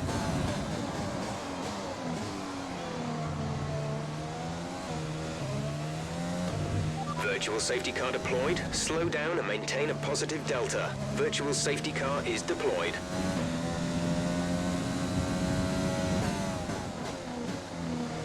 Drop your speed, our delta is too low and we risk a penalty. Slow your pace immediately.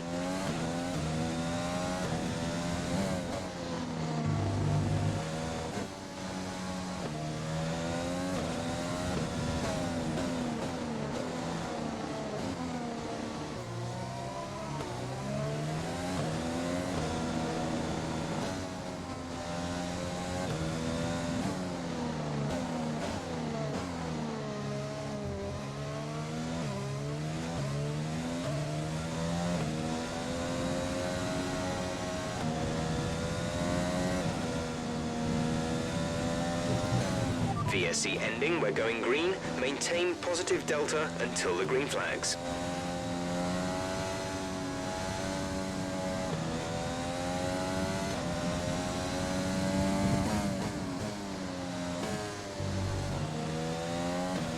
Okay, clear. Okay, so that helps us save a little bit more fuel. It also maybe helped us gain a little bit, I don't know.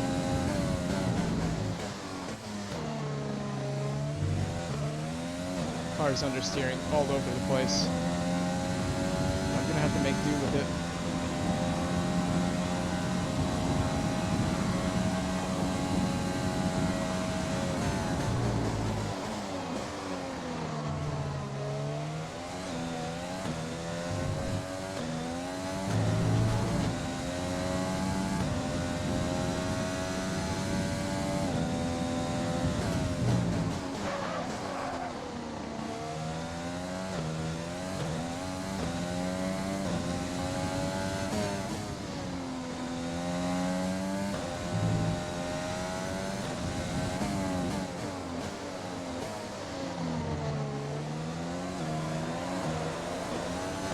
Albon retiring is a free position, so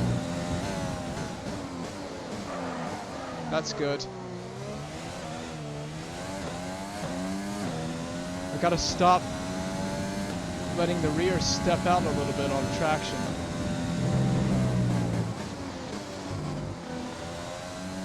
I really hope that would be a full safety car. I didn't quite get bailed out with it, unfortunately.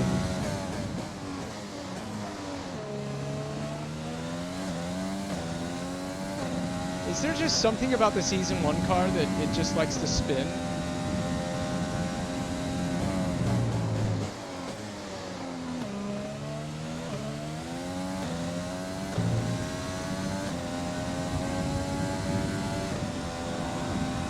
We're using so much ERS.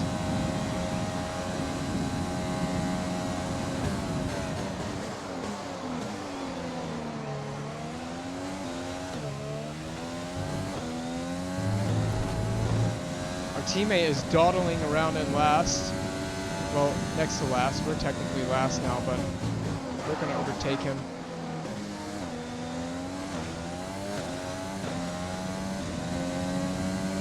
Gap to car in front is 2.0 seconds.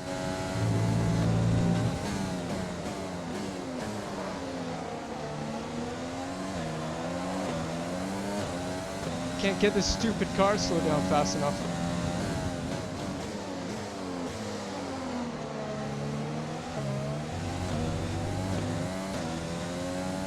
Gotta get inside DRS.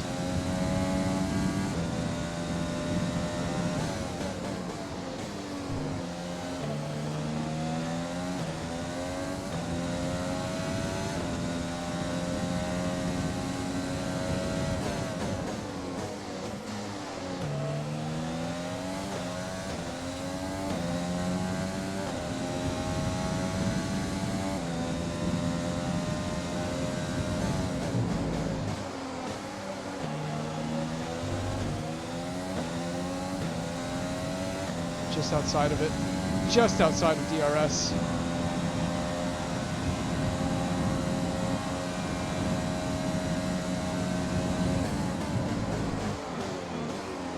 Look at that, we've caught right back up.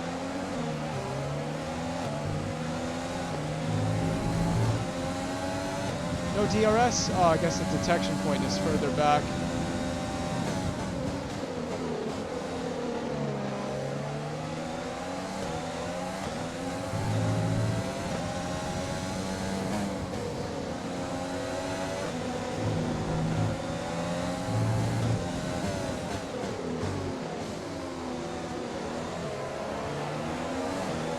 Fuel target is +1.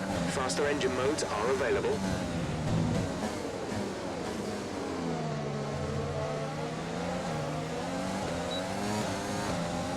DRS, yes. That's gonna help us.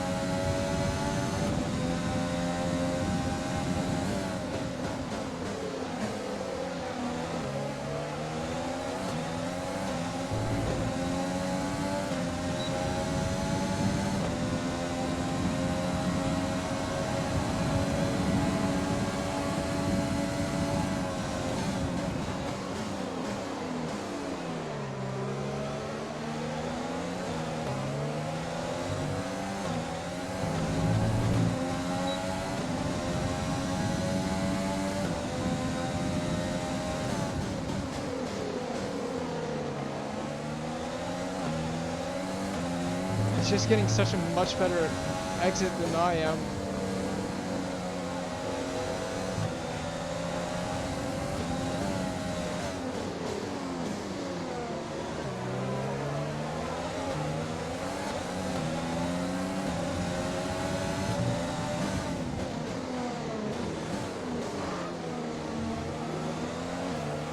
The car behind you has just fitted the hard tyres. Car behind, running hards.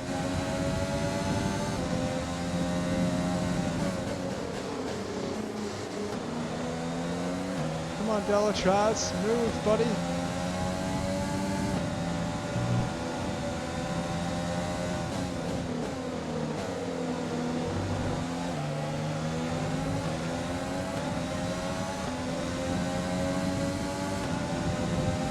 He's got some speed. He's getting good exits. Be careful, we think you're going to start losing some tyre grip around now.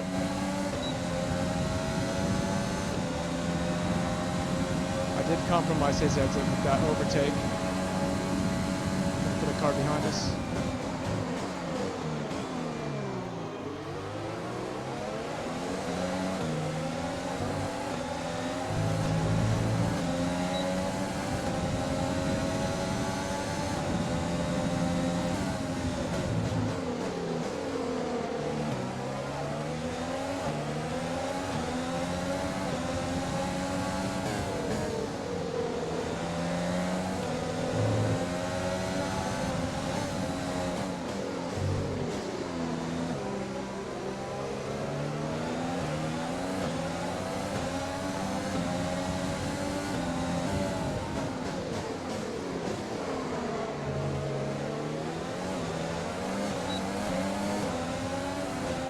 Pit stop information. Only one stop to go. One stop left in this strategy. Pit window opens in 5 laps time. 5 laps. Okay.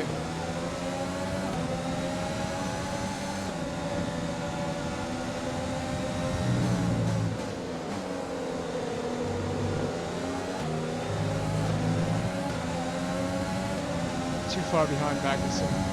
Or Grosjean. Not Magnuson.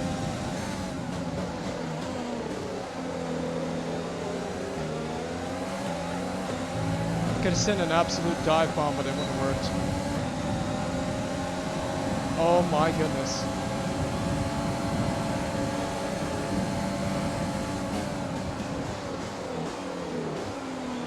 That was a fun overtake.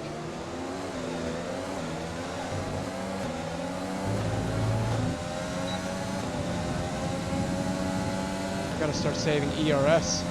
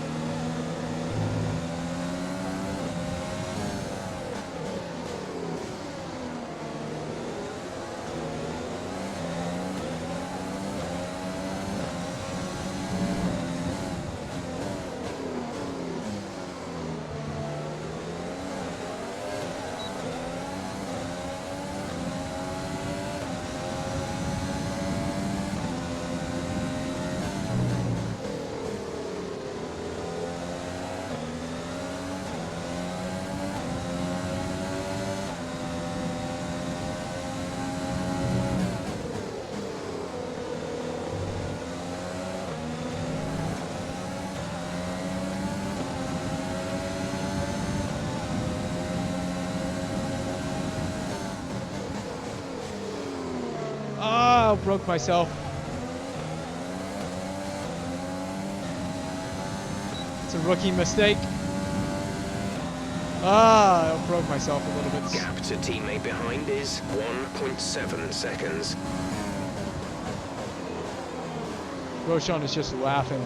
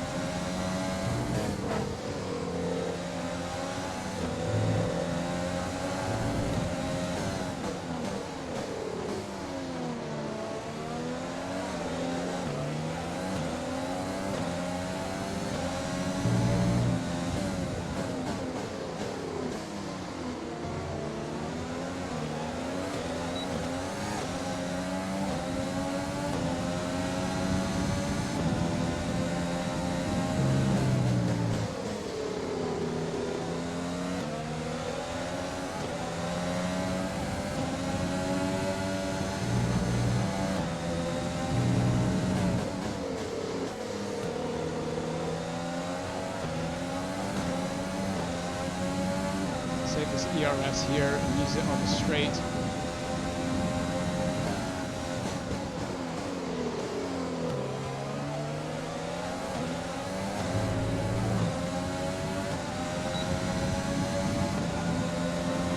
We're approaching the pit window. You'll be on the hards.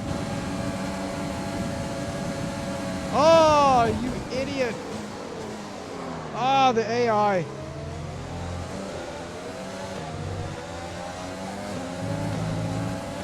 He moved over on the straight in front of me.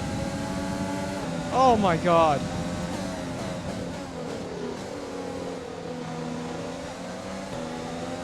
Hey, screw you, Russell! You joker! You gotta be kidding me. Oh my god.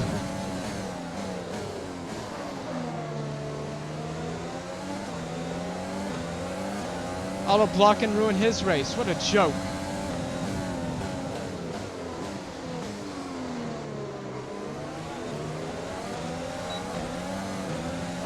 Russell is an idiot.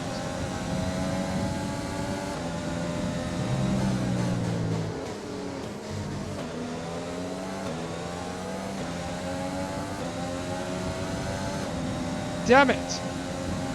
My front wing is done for. It's Russell's fault. It's not my fault. I didn't do anything wrong. You have to be kidding me.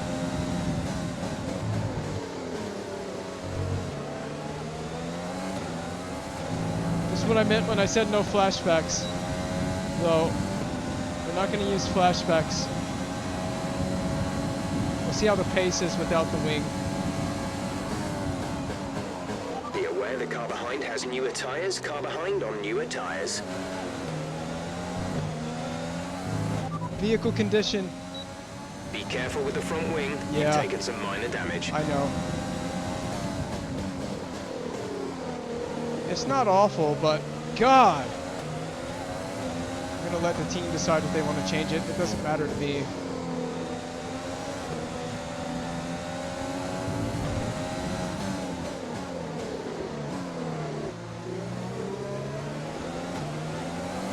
Leclerc is coming up after us.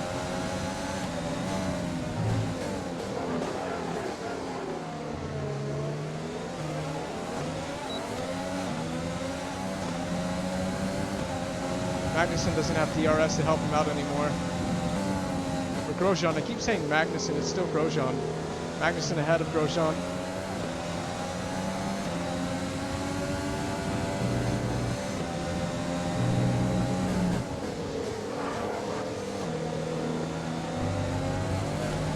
Well, I got out of Charles' way. Okay, keep on him. He might make a mistake.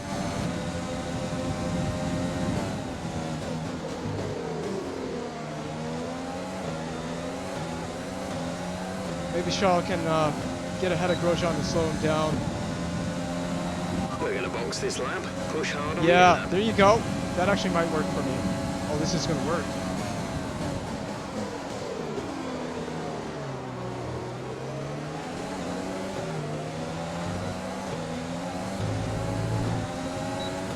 Kind of. Not really. For boxing, though. God, Grosjean is slowing all the braking.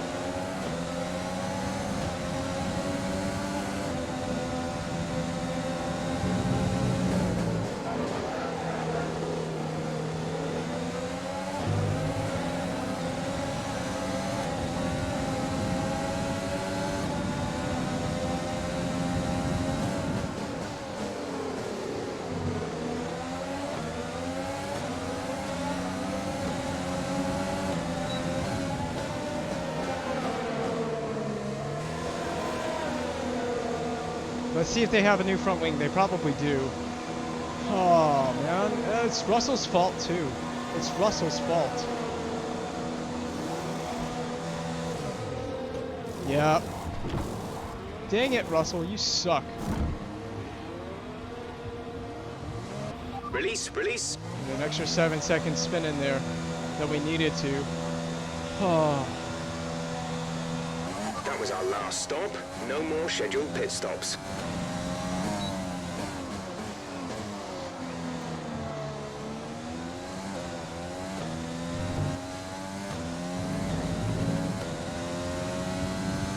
Why did he move over in the braking?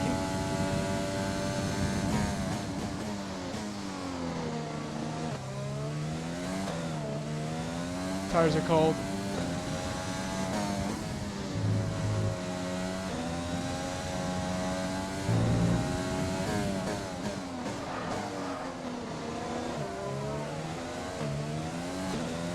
I'm gonna have to work to get these tires up to temperature.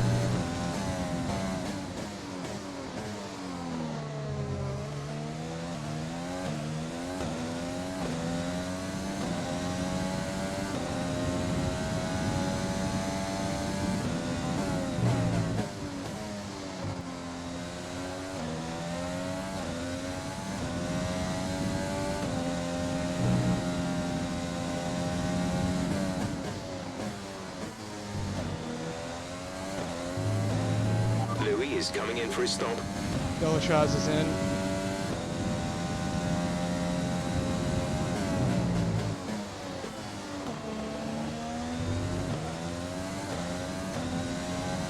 A teammate is going to gain on us in the pit stop phase, I bet. He's still technically in the pits, I think. No, we're good.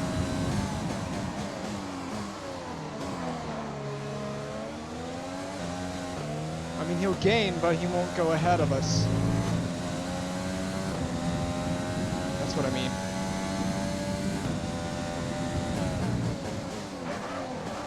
Outbroke myself. Pushing too hard now.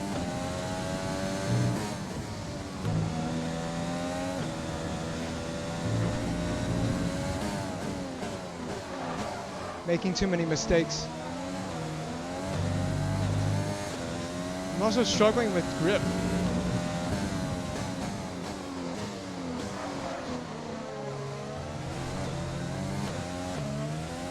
Ah, it's so frustrating.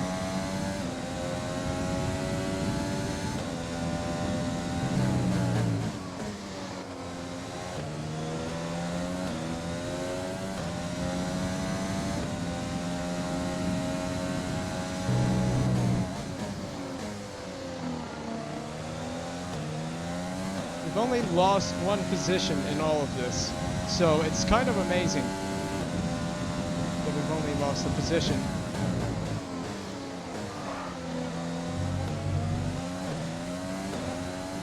Don't think we're gonna quite get Grosjean. Okay, you're catching the car ahead, but remember, we need to get to the end of the race on these tires.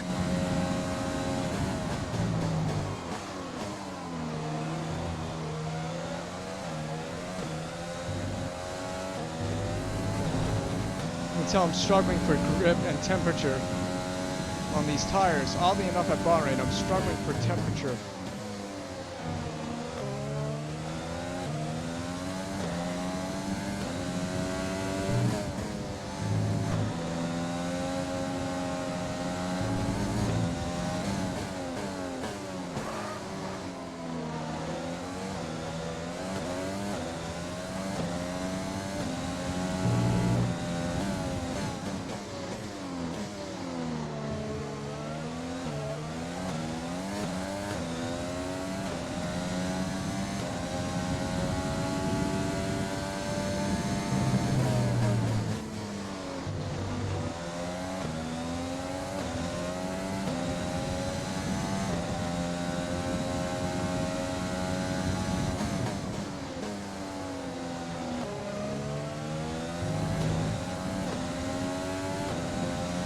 Big push. See if we can catch Russell.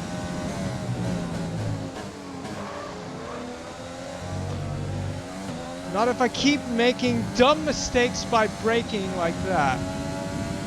God, I keep outbraking myself into the last mix corner. 2, fuel to mix 2. We're leading our teammate by 3.7 seconds.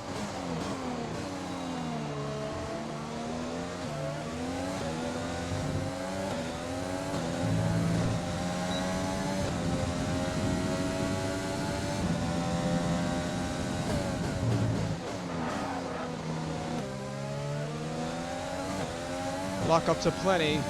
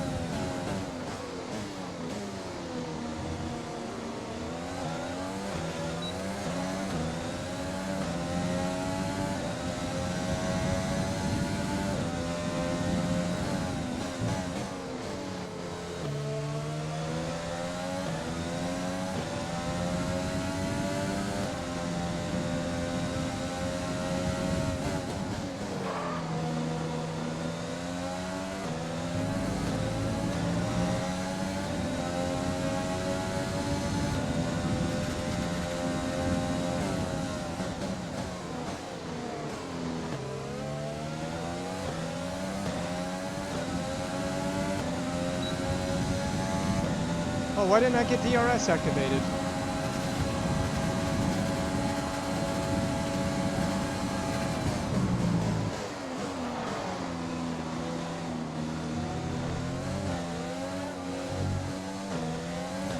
He almost Nice did work, it that again. brings you up a place.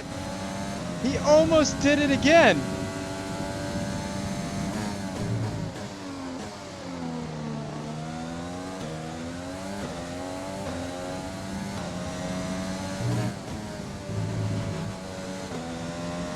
He's got some problems.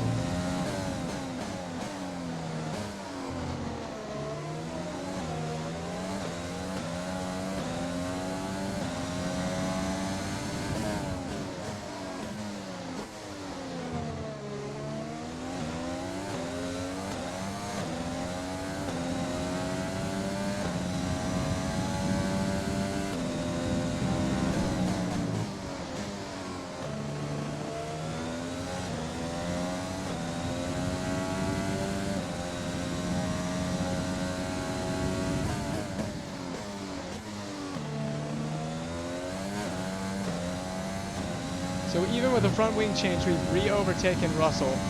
So suck on that.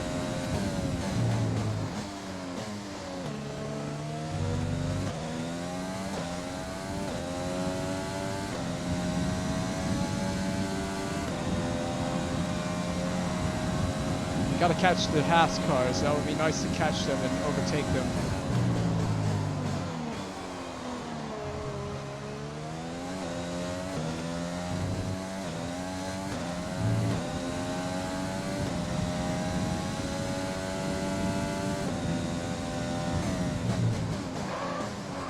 Ah, my locking up is so bad.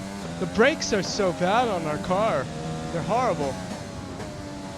We need to invest in more brakes, better brakes.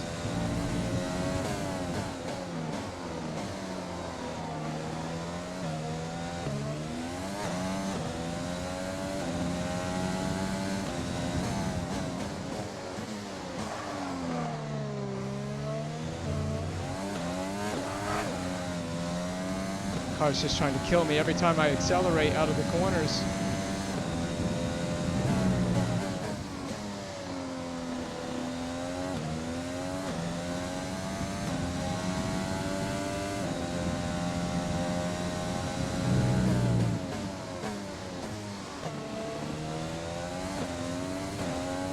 It's a little bit better.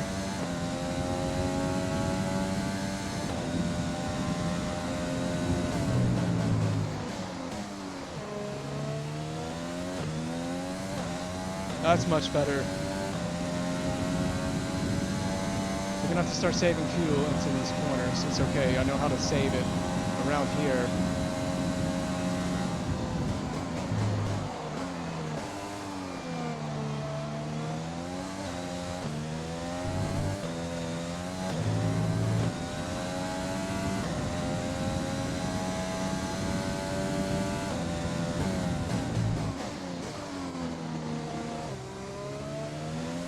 So poor into that corner in the whole race. The gap to the car ahead is 3.6 seconds. Thank you for the understeer.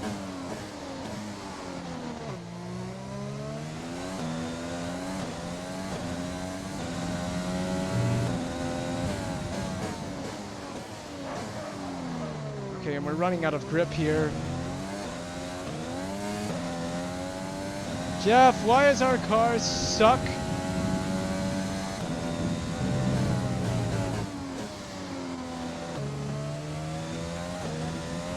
Why does our car do be massive suck?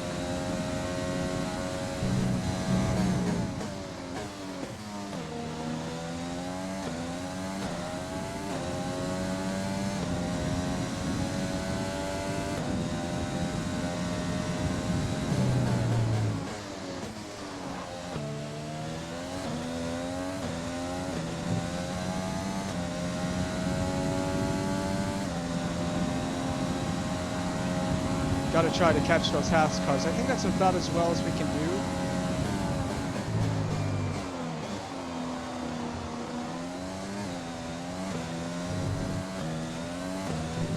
I don't think we can expect much of anything better than where we're at right now.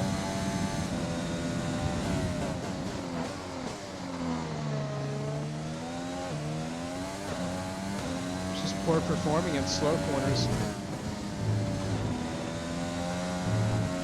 Surprise, surprise.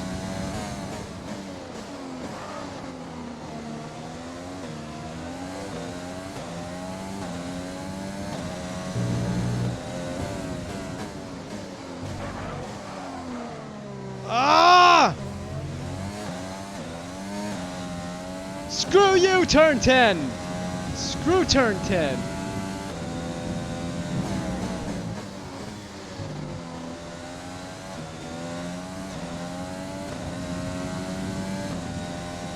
Car just doesn't have the right feeling on this tire.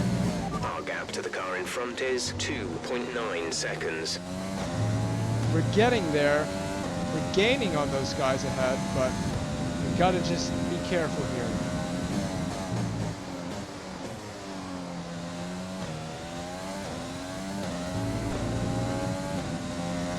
Try and get to the end here.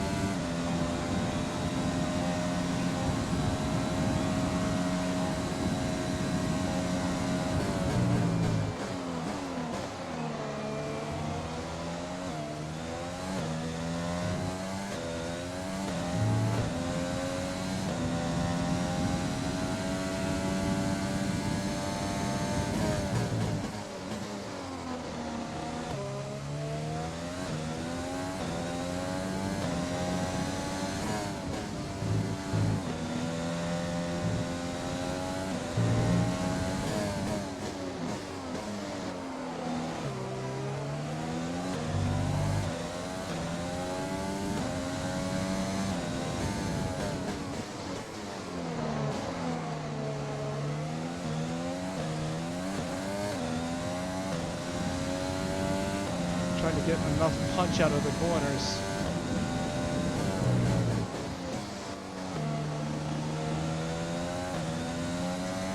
God, I really think we can catch these guys. We are catching these guys, but let's see if we can get past them and then try to stay past them for the rest of the Grand Prix. That's going to be the secret, or the key.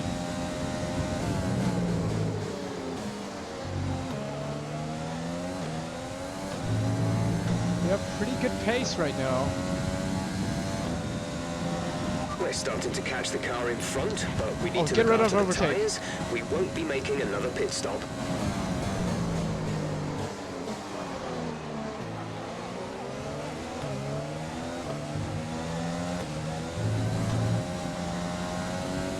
You gotta be kidding me. Screw that. Ah.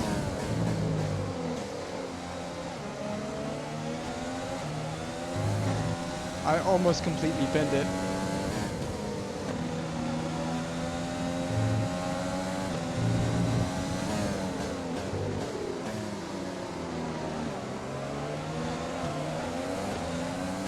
We're catching.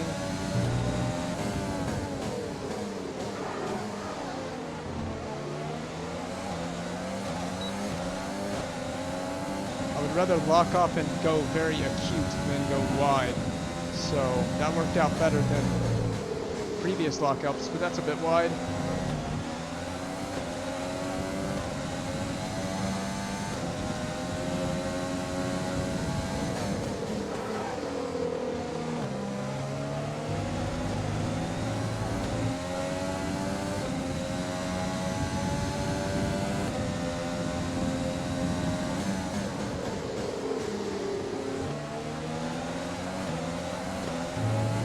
Look at this.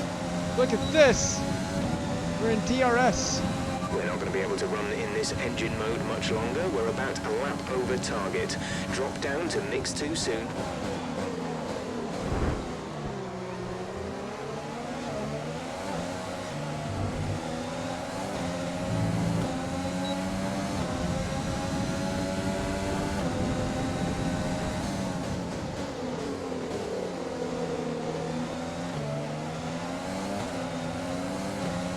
Car's trying to kill me again.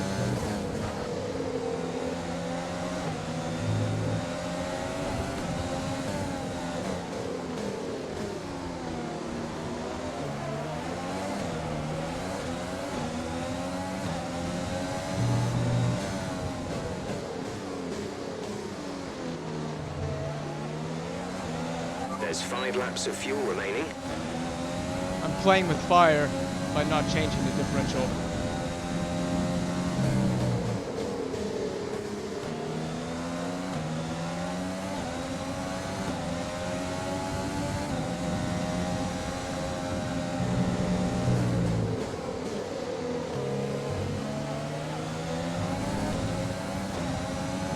That was some solid punch out of that corner. Just a little bit too far back still, though.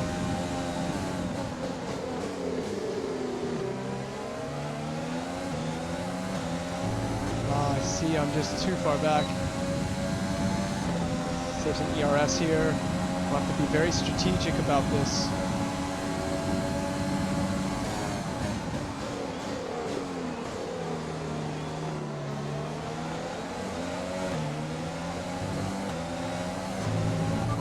Is dropping back by about 0.3 a lap. It's not worth a dive bomb here.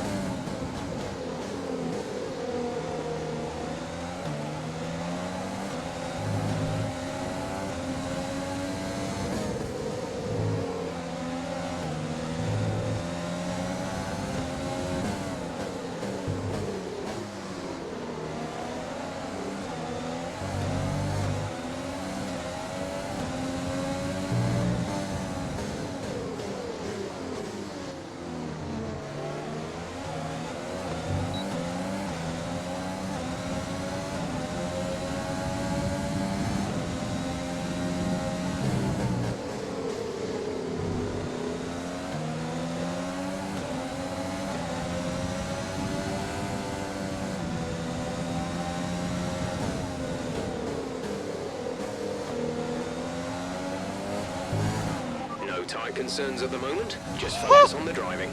Okay, I saved that. We gotta back off a little bit. We gotta hold on.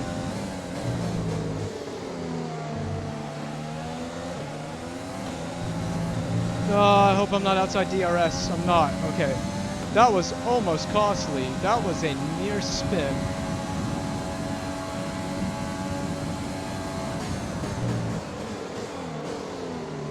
I've caught right back up into turn 1, so...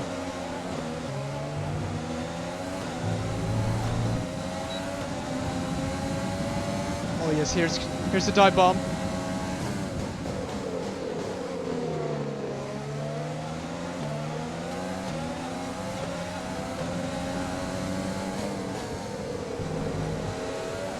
Yes, it's a position.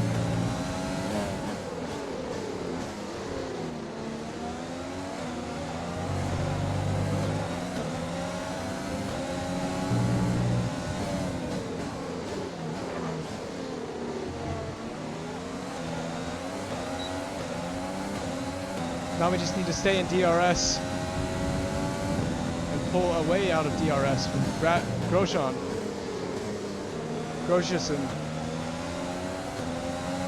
Oh, it was Magnuson we overtook. I thought it was Grosjean. This is what happens when you take off the driver tags.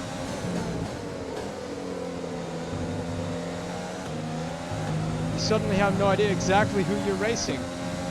But I like it. It's a little more immersive. I like it this way.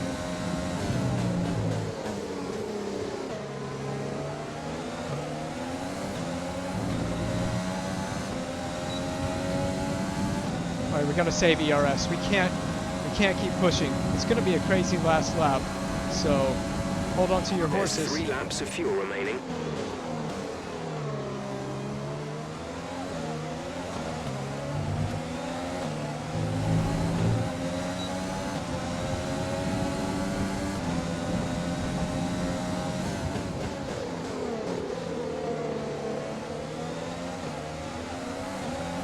I never know exactly when they're gonna break there.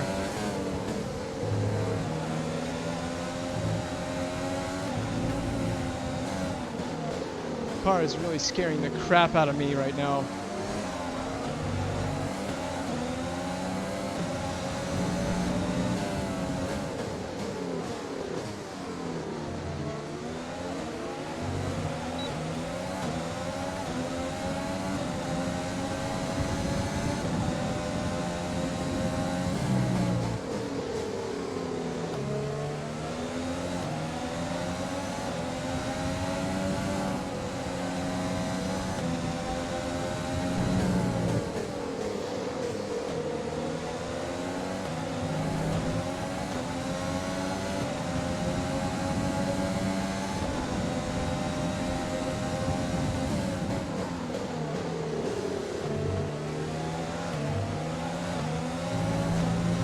Oh my god, do we have a push here?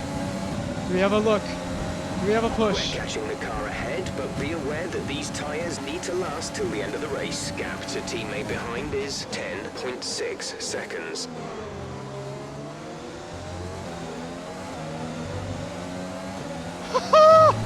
Oh, what a move! What a move! Oh, what a move!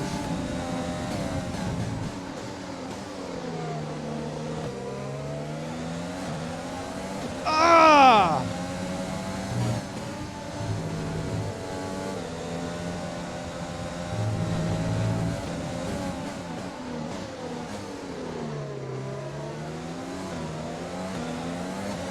I'm struggling. Struggling.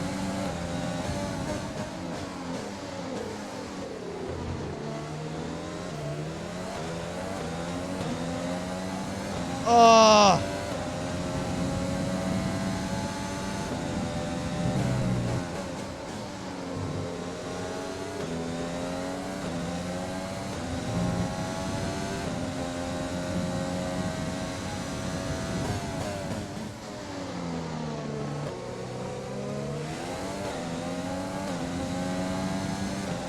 Let's go! Last lap! Last lap!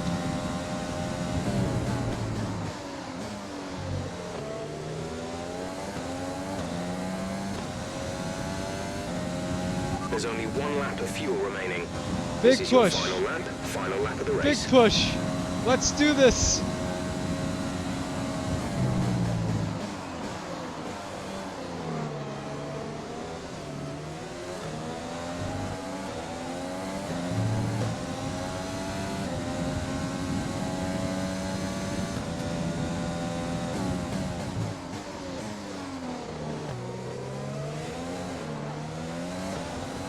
Don't you dare, car! Don't you dare do that to Okay, me! gap ahead is 5.0 seconds.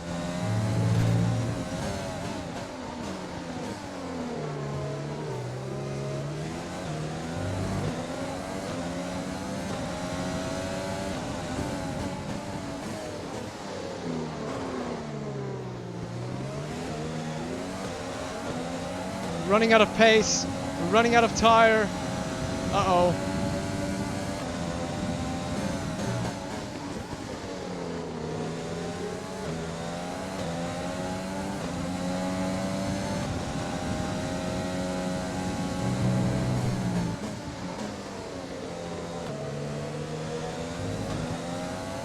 Ah, what a crazy race.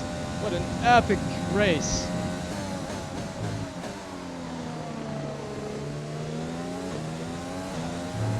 Oh yeah, boys.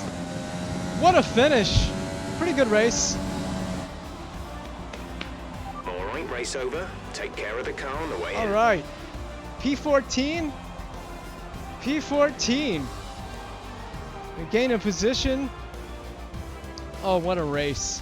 What a brilliant race. That was well done. The Mercedes No team pulled out a flashbacks. fantastic performance Ah, today. They should yeah. be proud.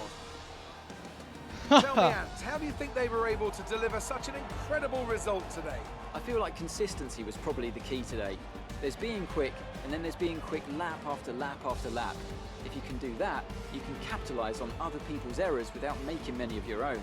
And that's an approach that can push you a long way up. Good job, guys. Great race. Great so race. After a magnificent Man. race, we can now see the drivers making their way Carlos! to the podium. Once Oh again, my it's the goodness, Silver what Arrows happened who in take this top race? spot. A well-earned victory for Mercedes. Smooth operator! Man.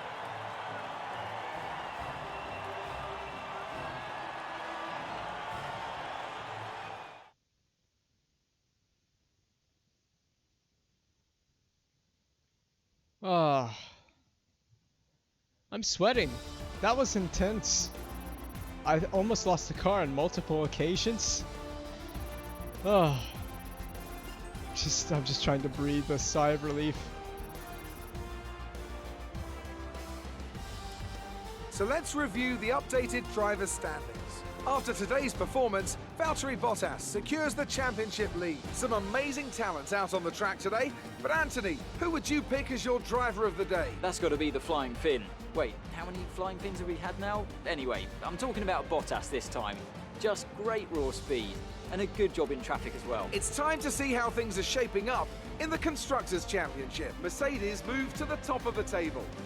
I'm equal parts exhausted and elated with this weekend of Formula One. Be sure to join us for the next one. Oh no, what happened to Verstappen?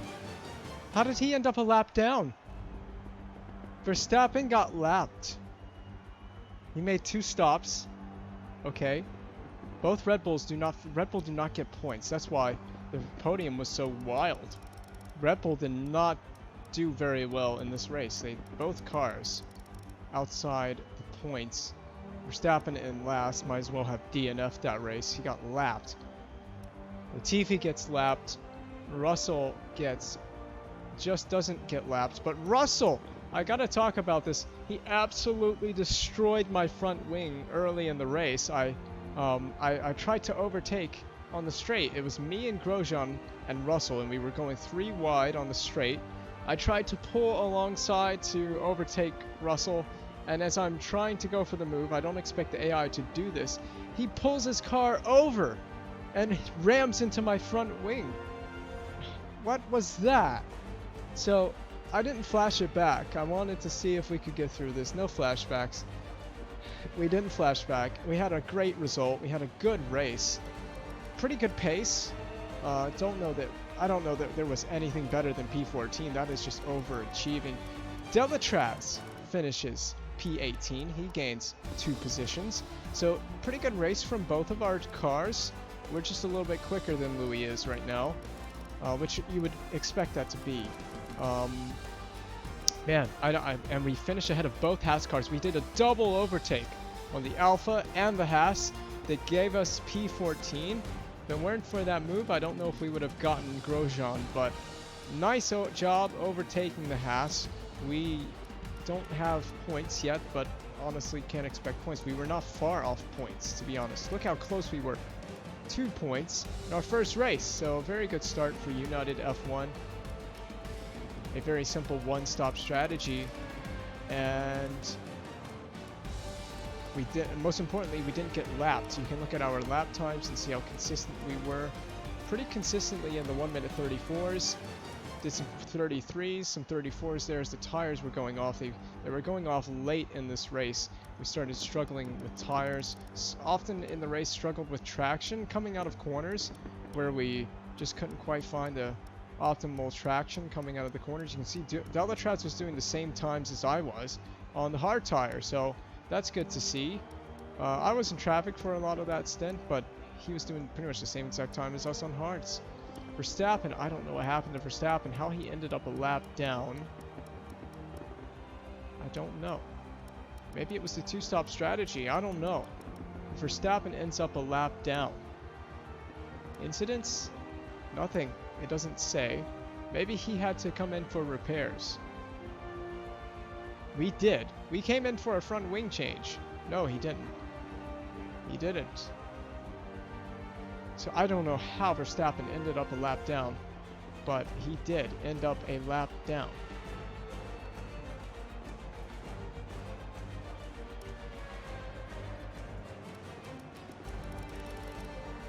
I'm just trying to figure out why he's a lap down.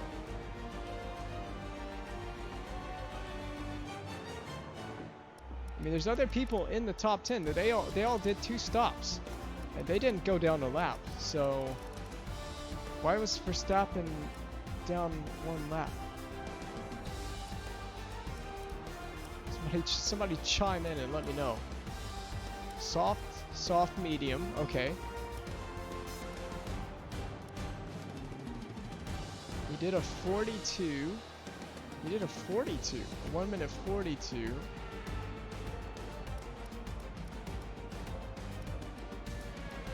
Okay. I mean, I don't know. I can't explain it.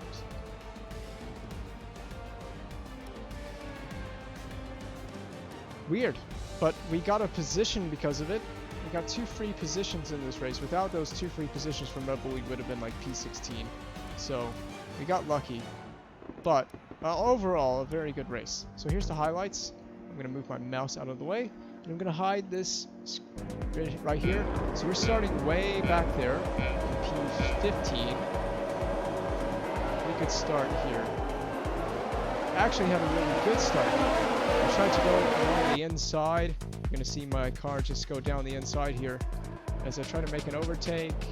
And it was very tight and narrow coming into turn 1. I was just trying to stay out of trouble.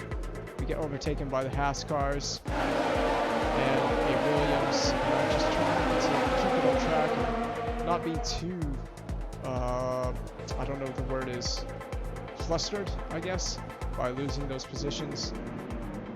Look at our nice helmet. Overtaking our teammate into the last corner, nice and clean. We had to get past Delatraz. We spun on the first lap and lost all the positions on the first lap. Made a nice comeback drive through the field to come back. No safety car help either. Oh, there's the moment with Russell. And that caused our front wing to just go breaking off. We had no front wing end plate. Then we pit, put hard tires on, replace the front wing. Slipstreaming one of the Williams, that's Russell, who almost does it again. And we overtake him and I try to be a bit aggressive squeezing him because he was so aggressive with me on the straight, not giving me all that space and trying to go over and squeeze me off.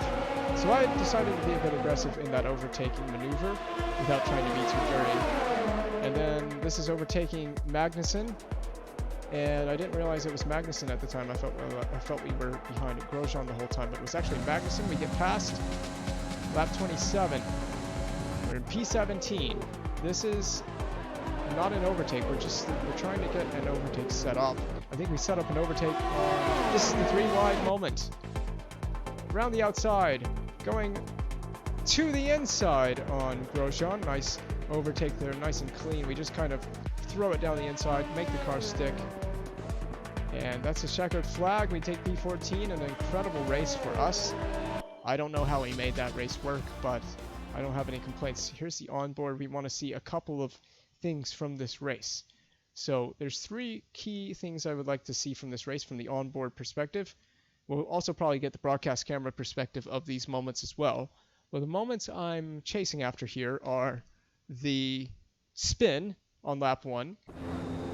So you're going to see our start. We were a little bit delayed pulling off the grid, but we got a good enough start. We couldn't overtake the Alpha Tower down the inside. But you can see there's not much space. I decided to take it nice and easy, but tried not to lose positions. But it's so tight and cramped in the turn 1, you're trying not to oversteer into anybody. You're trying not to lose a front wing pit. Just trying to stay clean in turn 1. We ended up losing some positions, but then I tried to go aggressive into turn 4, turn 3, or turn 4. Then we spin. Oh no, we lose it. And then I have to light up the rears, trying to get back into the competition. We spin it around, do the spin turn, get it turned straight again.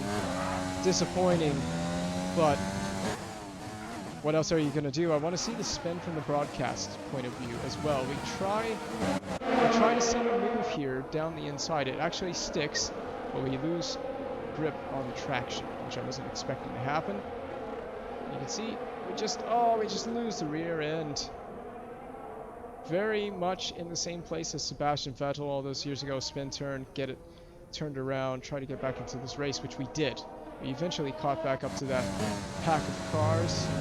Embarrassing for us in our first race, on our first lap. At least it wasn't first corner. And we had an amazing recovery drive. I was struggling with grip on the first lap. Couldn't figure out what was going on. Understeered everywhere. No grip. Locking up everywhere. Trying to just figure out where my grip is. Couldn't quite push early on in the race with these tires. I also think we were dealing with some slight underheated tires during this race. So tire heating was a struggle for us in this race, but it is what it is. You just kind of have to learn how to deal with it.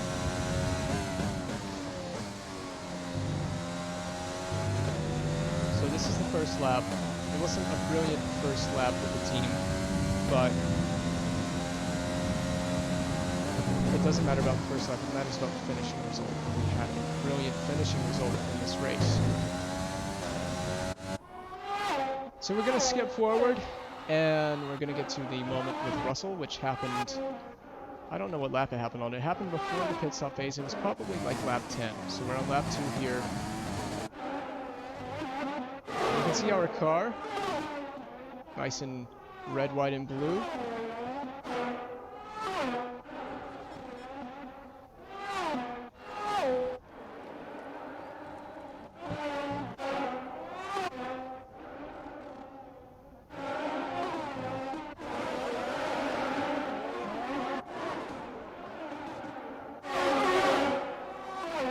We should be sponsored by Liquid Moly. It would work. It would work with the car.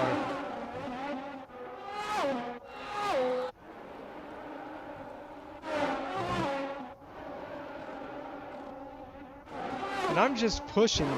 I'm trying to, it's very difficult because you need to push to get the temperature going in the tires to find the grip. But you got to be careful because you're so low temperature and so low grip that it's easy to spin the car. So you're kind of balancing a fine line trying to do that. And that's a difficult thing to do at this stage in the race. After a few laps, the tires start coming up to temperature and up to grip, and we start catching on to the back of the pack that we fell off of with the spin.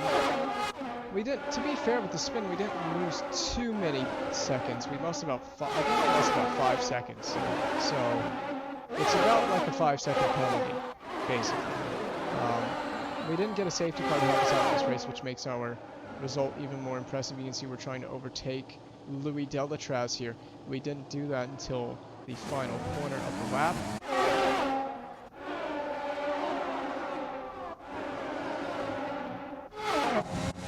See the onboard here. I don't know if it was this lap. It probably wasn't this lap. No, it wasn't this lap. Pull back in, trying to just get the slipstream. DRS is open. Try to be very methodical about making these overtakes. There is going to be a limit to how many cars we can overtake. So let's just try to stick onto the back of cars that we can overtake and try not to mess up our race, destroy the front wing, my race, my teammates' race. This is the move. Yep, that's the move right there. So here's the onboard of that move.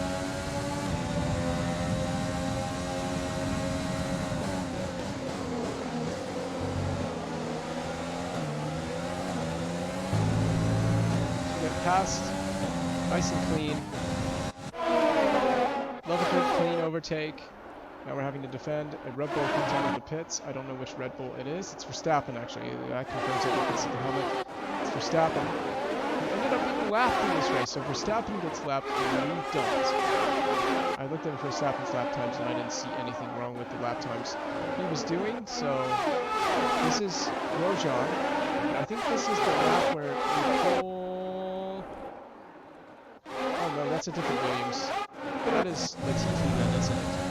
So this is not Russell, but yeah, that's right. It would happen much later in the race, but we'll go along.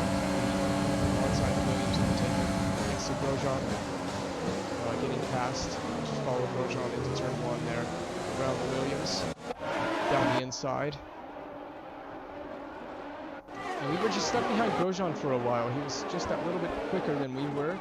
And I was all over him, but we just couldn't find an overtake. And then the moment with Russell happened and it made it difficult to catch back up to Grosjean. So there we go, going for a move on Grosjean. And you're going to see I just outbraked myself. So going, I see there's room down the inside, but I missed my braking markers. And also going down the inside, you're going to have to brake a bit sooner to slow yourself down because you're going to come up on the corner that much sooner. We're on lap 10 now, so it's on the next lap, I believe, that the incident with Russell happens. Despite the outbraking maneuver there, we still caught right back up to Grosjean very quickly because he was slowed down by Russell. So we were able to catch right back up. And here it is. This is the moment where our front wing gets destroyed. It's thanks to George Russell. Now watch Russell closely. Grosjean goes alongside, and then we do the exact same thing. Russell moves. I was shocked, so I went deep into the corner. We overtook Russell briefly there, but the damage had already been done. And you can see he does move on the straight as we're trying to overtake him. Right there. Oh, he just ruined it. Ruined that one for us. We're gonna go on board with George Russell as well, so you can see this from George Russell's perspective. Watch his hands. You can see he's gonna move. Not here, but right here. He just drifted a little bit over, and I'm not expecting him to do that. And yeah, that pissed me off because it ruined what could have been a race that would have been unblemished. And we could have probably had a better result if it weren't for that move by Russell. It cost us time in the pit stop phases. We had to repair the front wing. Honestly, I didn't feel the car was handling awful with the damaged front wing, but I was going to leave it up to the team to decide if they want to repair it. And when they came in for our pit stop, they did exactly that. You can see we're trying to catch back up to Grosjean, which was actually not as difficult as I thought.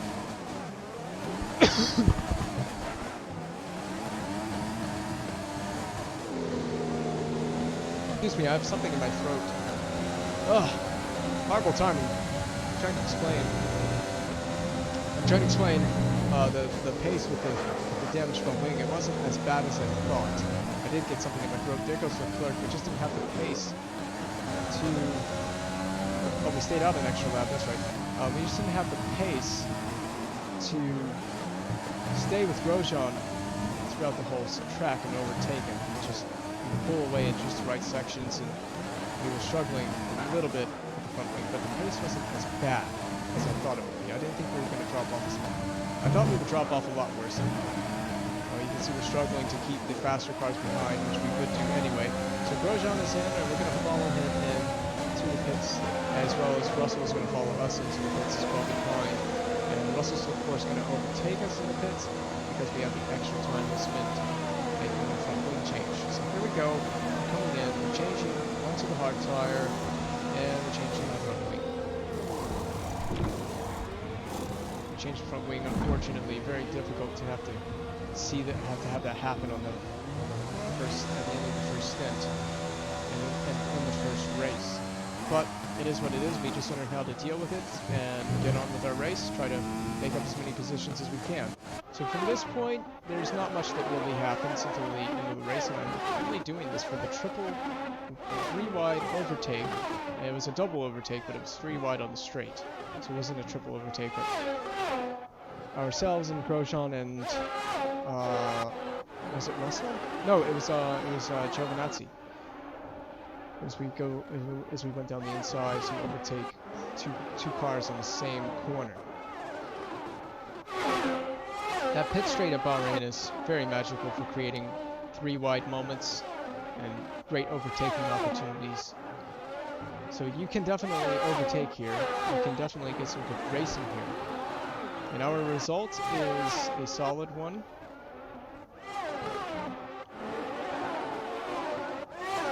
Now we're chasing down George Russell at this point. So Russell, who destroyed our front wing and kind of semi-ruined our race, we're going to try to get some revenge and re-overtake him again. We gotta do this without having damage done to the front wing. You're gonna see we're gonna re-overtake him back on the straight again, and he's gonna move just like he did when he damaged our front wing. He's gonna do the exact same type of maneuver, and I'm going to be privy to it, and I'm not gonna allow him to damage the wing again. So here we go, on board with us. We're gonna go around the outside this time. He does leave a space here initially, but you see him move. Oh, right there, just trying to scare us a little bit. I lock up, but I don't care. I'm trying to hold onto that position as I make the overtake happen. Kind of outbroke myself just a touch. And here's the onboard from Russell's perspective. Watch him move straight, just as we get close to the break. Right there. Lock up. Russell's trying to go down the inside.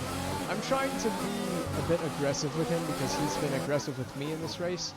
So I tried to squeeze him without being dirty about it, and I think that was about as fair as it gets while still being aggressive. And there's another angle from Russell's perspective, or from with the camera on Russell. So you guys see he's going to move just that little bit. Oh, he almost hits us, actually. He almost hits us. So I'm trying to squeeze him to the apex, because how dare you do that, you dick. So kind of a little bit of a dick move by Russell trying to squeeze us. He's done it twice in this race, and once it's actually caused us to come off with damage. So I wasn't all for playing nice with George Russell in this race after that. Now we're catching Grosjean, I think, again. So it was just a matter of, we were really racing the Haas team in this race, which is cool because you got two American teams racing each other now. So we're just trying to race the Haas team, catch up to them, overtake them, which was a lot more difficult than it looked. So it was easier said than done to overtake the Haas cars. And I'm just trying to simulate to the end, or fast forward to the end. We're on lap 20, so we don't have too many more laps to go before we see the 3 wide moment on the straight. Really, one of my biggest criticisms, I guess you could say criticisms, with Codemasters F1 is I would really enjoy if in the replay, so you see this little replay menu here. Look, one of my ideas is Codemasters should give us a thing in this menu or something that allows us to select a lap to go to in the replay. So have like little dividers here maybe, or something that allows us to select each individual lap. So if there's a highlight we want to see, we can go into the full replay, click on that on each lap, and we can just go to each lap instead of needing to fast forward, because the highlight I want to see is at the end of this race, and the only way to get to the end of the race in the replay is to fast forward through the whole thing. So if they gave us little individual tabs maybe in the replay bar to click on, for example, to click on each lap, then we could just go to each lap. Oh, click, and maybe it tells you what lap each one is. It says lap this, lap that, lap 20, 21, 22, and you can click on each little tab to get to the lap you are looking to see the replay from. So now we're hooked onto the back of the Haas cars, and we are catching Magnuson. Yep, it's Magnuson. So I think we're going to make an overtake here. Maybe the next lap. It's the next lap. Yeah, we're too far back. If I was too far back, I was not going for a dive bomb. I was not going to risk anything. I wanted to keep it clean, sensible racing. So we didn't go for any stupid dive bombs. We just tried to race hard, find pace where we could, and use DRS to our advantage. And it was very difficult, admittedly, to find places to overtake. We were too far behind on the straight. It's frustrating. So it meant getting good exits out of corners was absolutely vital. You see, we're just too far back at this point still. So if I was too far back, I wasn't gambling anything. I wasn't throwing our race away. DRS is super helpful when you're one of these backmarker teams racing these other backmarker teams. That was the moment I had coming out of that corner. I almost lost the rear end again. You can see I'm going to try to get on the power and then car is going to step out. Ooh, I had overtake on and I caught him. I just had enough sense to catch that before anything could happen. And I don't think it made a difference. We caught the Haas cars, we overtook them in this race. We go on Magnuson. We're close enough that I feel like we can send it and try to outbrake him. Down the inside, we do get that move done, but Magnuson is still there, so the move is not done and dusted yet. But you're going to see we do get it as we go into the next sequence of corners. Here's Magnuson's point of view. You're going to see us dive bomb down the inside here in just a second. We try not to be too dirty, but we do try to kind of reduce his corner exit, and that's the move done. So nicely done, clean. Can't complain with that move. Now we're going to try to catch up to Grosjean. And this is where it got difficult. Grosjean, for some reason, just had tremendous pace in this race. He was just slow enough that we were able to have a good battle with him on the straights, trying to close in on him, but he was just quick enough to stay ahead. So, good racing from Grosjean. He was quick and had good pace compared to our car. We were very close in terms of closely matched in terms of pace. So it was fun to do some I guess on-track battles with Grosjean, although it wasn't like we were wheel to wheel the whole time. So this is the moment, I think. Yes, this is the moment. So DRS for both of us. The Alpha is a sitting duck. We go around the outside of the Alpha. Then we see that there's a chance to go down the inside of Grosjean. We make the move stick. It's clean. No complaints. So that's a pretty sick overtake right there. Can't complain with that one. Here's the onboard of Grosjean. This was the moment I wanted to see. Second to last lap. Third to last lap. Grosjean goes on the inside of the Alpha. He thinks he's got the move done. He's safe, but then we just send it. Oh, and we prevent him from getting to the apex. And fortunately, Grosjean was very respectful with his driving. And no problems were caused, no incidents, clean overtake, a bit of a dive bomb, but at this point in the race, it's late in the race, and you're trying to make positions. You've got to get a little bit desperate sometimes and go for some cheeky overtakes. And this is a pretty cheeky overtake, three wide at one moment, and right down the inside. We've got to get that Alphas on board as well with that overtake. Now it's funny because once I made the overtake, I started to struggle a little bit on pace. I also didn't have a car in front of me, and sometimes when I have a car in front of me, it helps me to drive a little bit more consistent because I'm not so much focused on driving the car and keeping it, on track. I'm mostly just focused on racing the car in front, and I get in this zone when I'm driving behind somebody. It's hard to explain really, but when I'm racing someone behind or someone in front of me, I just tend to make less mistakes. I think it's just I'm less mistake prone. I just tend to be focused on trying to catch that car and overtake them. You also have a reference for braking and turning in as well. Whereas when you're on your own, you kind of have to rely on yourself not to make mistakes and make each move and make each corner. So one more look from this overtake, and that's the onboard of the Alfa Romeo. It's Giovinazzi. So Giovinazzi lost 2 positions in one fell swoop. And Grosjean lost a position, and it seemed like he had that position taken care of. So he gained 1 and then he lost 1.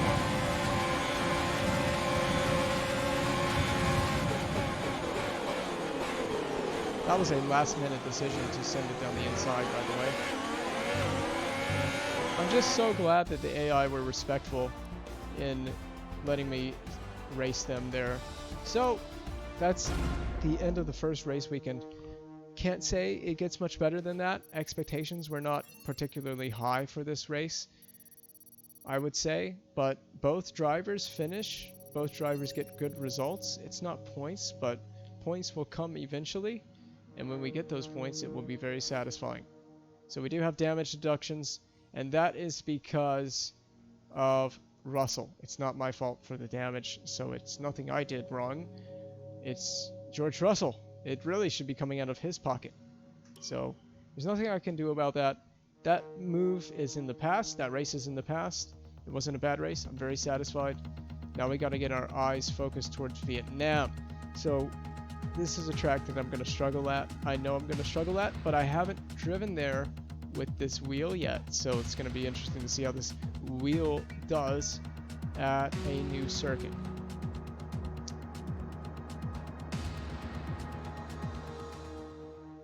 So we bring in some resources. We get our weekly resources, our payout, and our resource points. So chassis department, give them an upgrade.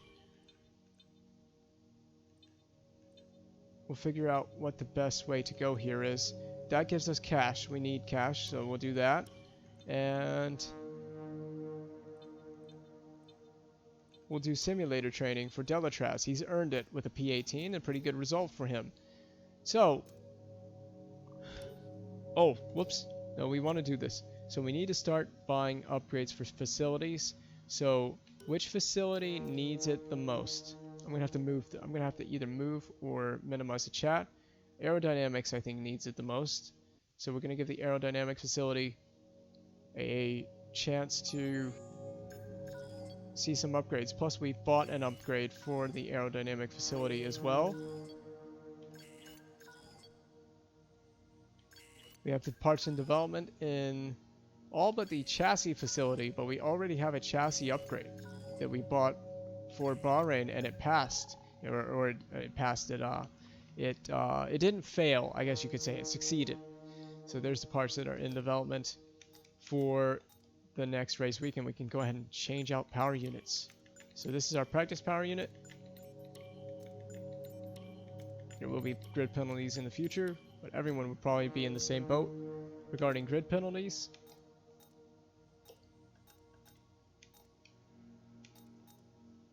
Oh, we can put secondary sponsors. My bad, I'm an idiot. So, let's go with Atlantic or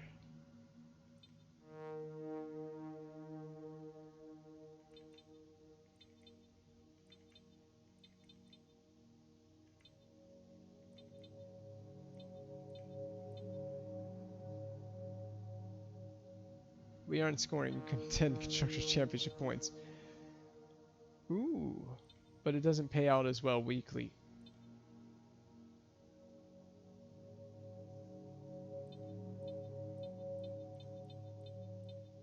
I'm looking for... Okay, so the thing that pays out the best weekly is, I think, Atlantic, and it makes the most sense because it's achievable for us, so Atlantic makes sense.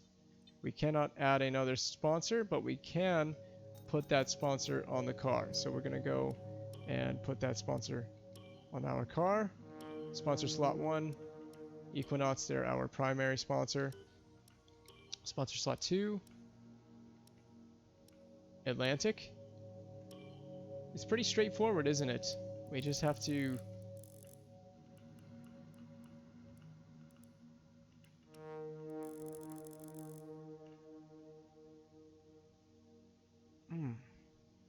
Yeah, we'll put Atlantic on there. It's one of those liveries that doesn't really go well with sponsors, but we'll put Atlantic on the car. Again, I think we'll need to change the color.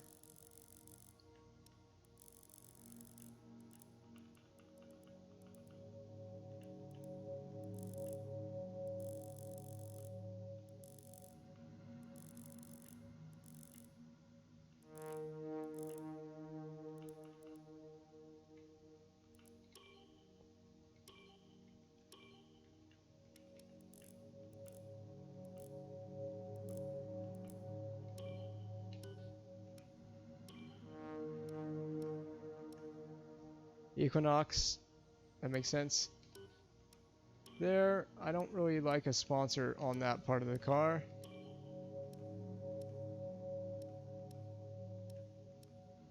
No sponsor there. Atlantic.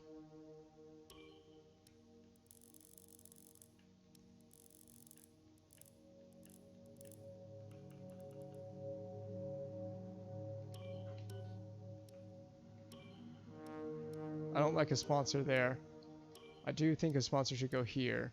Put Atlantic here.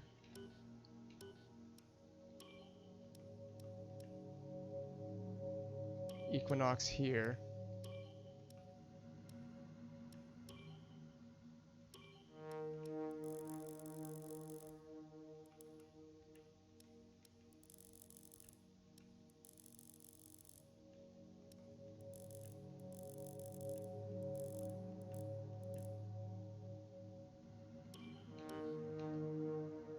So there's a car with its first set of sponsors on it. I almost think Atlantic on the front wing end plate should be white. So I'm going to change that.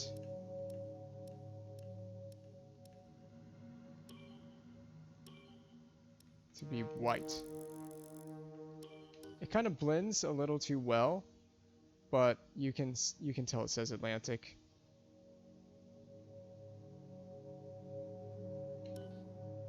So the car is less bland, I guess.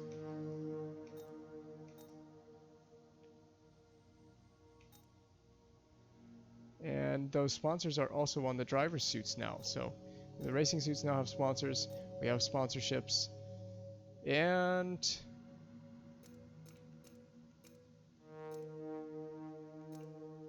we haven't bought a facility upgrade. So let's try to upgrade the facility for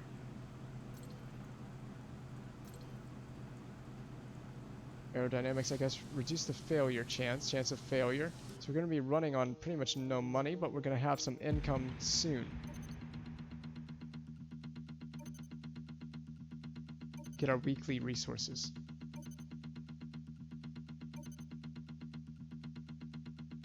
As we continue to increase our acclaim, more potential partners become willing to work with us.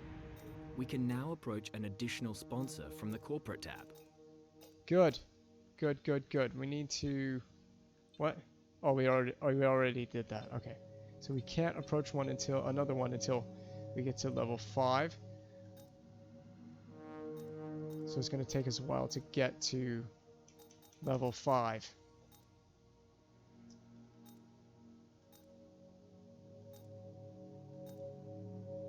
So we had a nice P14 in Bahrain. We already saw all this.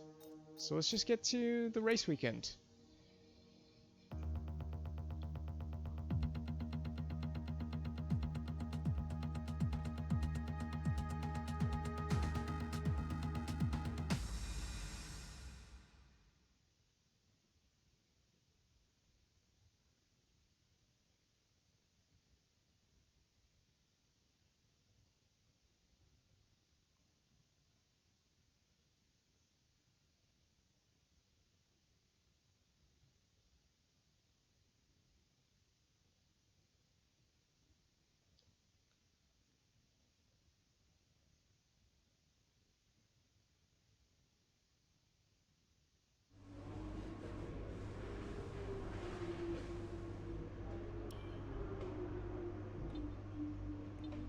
No rain, that's good for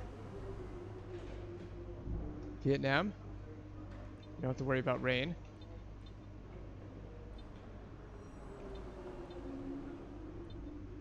We have 600 resource points. We could probably buy another upgrade. Can we? No. Oh, department capacity reached. I see. I see. So that's still in development. That's in development. Yeah. When is that going to be ready? Okay. It's going to be ready probably for the next Grand Prix. So I'm going to go ahead and change this because I don't know about difficulty level. So I'm going to change that for now. And we will do Vietnam probably tomorrow night. It is Thanksgiving tomorrow night, so we will probably get onto that tomorrow night for a little Thanksgiving evening stream tomorrow, and then we'll get on here for Friday. We'll probably have quite a full day of streaming on Friday. At least that would be the plan. I would like to try to do a lot of streaming Friday just because I have a free day there. and we can do a lot of streaming on Friday. Unfortunately, Majestic Racing is no more.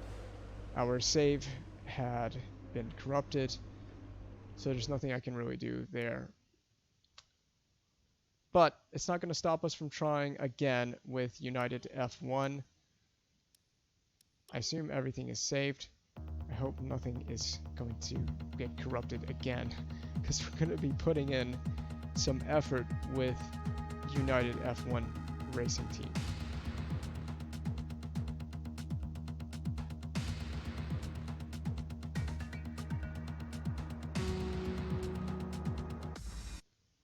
Oh, whoops. I didn't mean to hit that button, but... So, we'll be back on tomorrow. I'm actually going to be right back on shortly. We'll do some NHL just because I haven't streamed that in a while. So, it's been a while since I streamed. I'm not going to do that because I did that last night before I turned off the stream. And my save corrupted. So, I'm not going to do that. There's a new patch. 1120. It's a bit old, but yeah, we'll be back on for some NHL in just a moment, shortly. I have to set up to stream that, and that means setting up the PS4 to stream that. We're gonna have to make a new stream starting soon screen, and we'll have to screenshot the car. I forgot to do that in the replay, but that's okay because I'll do it tomorrow. So we'll see you in just a few minutes for NHL. If you want to stick around, if you want to see that, if you want to watch me play Be a Pro. It's been a while since we did that, so we definitely need to re-up Be a Pro.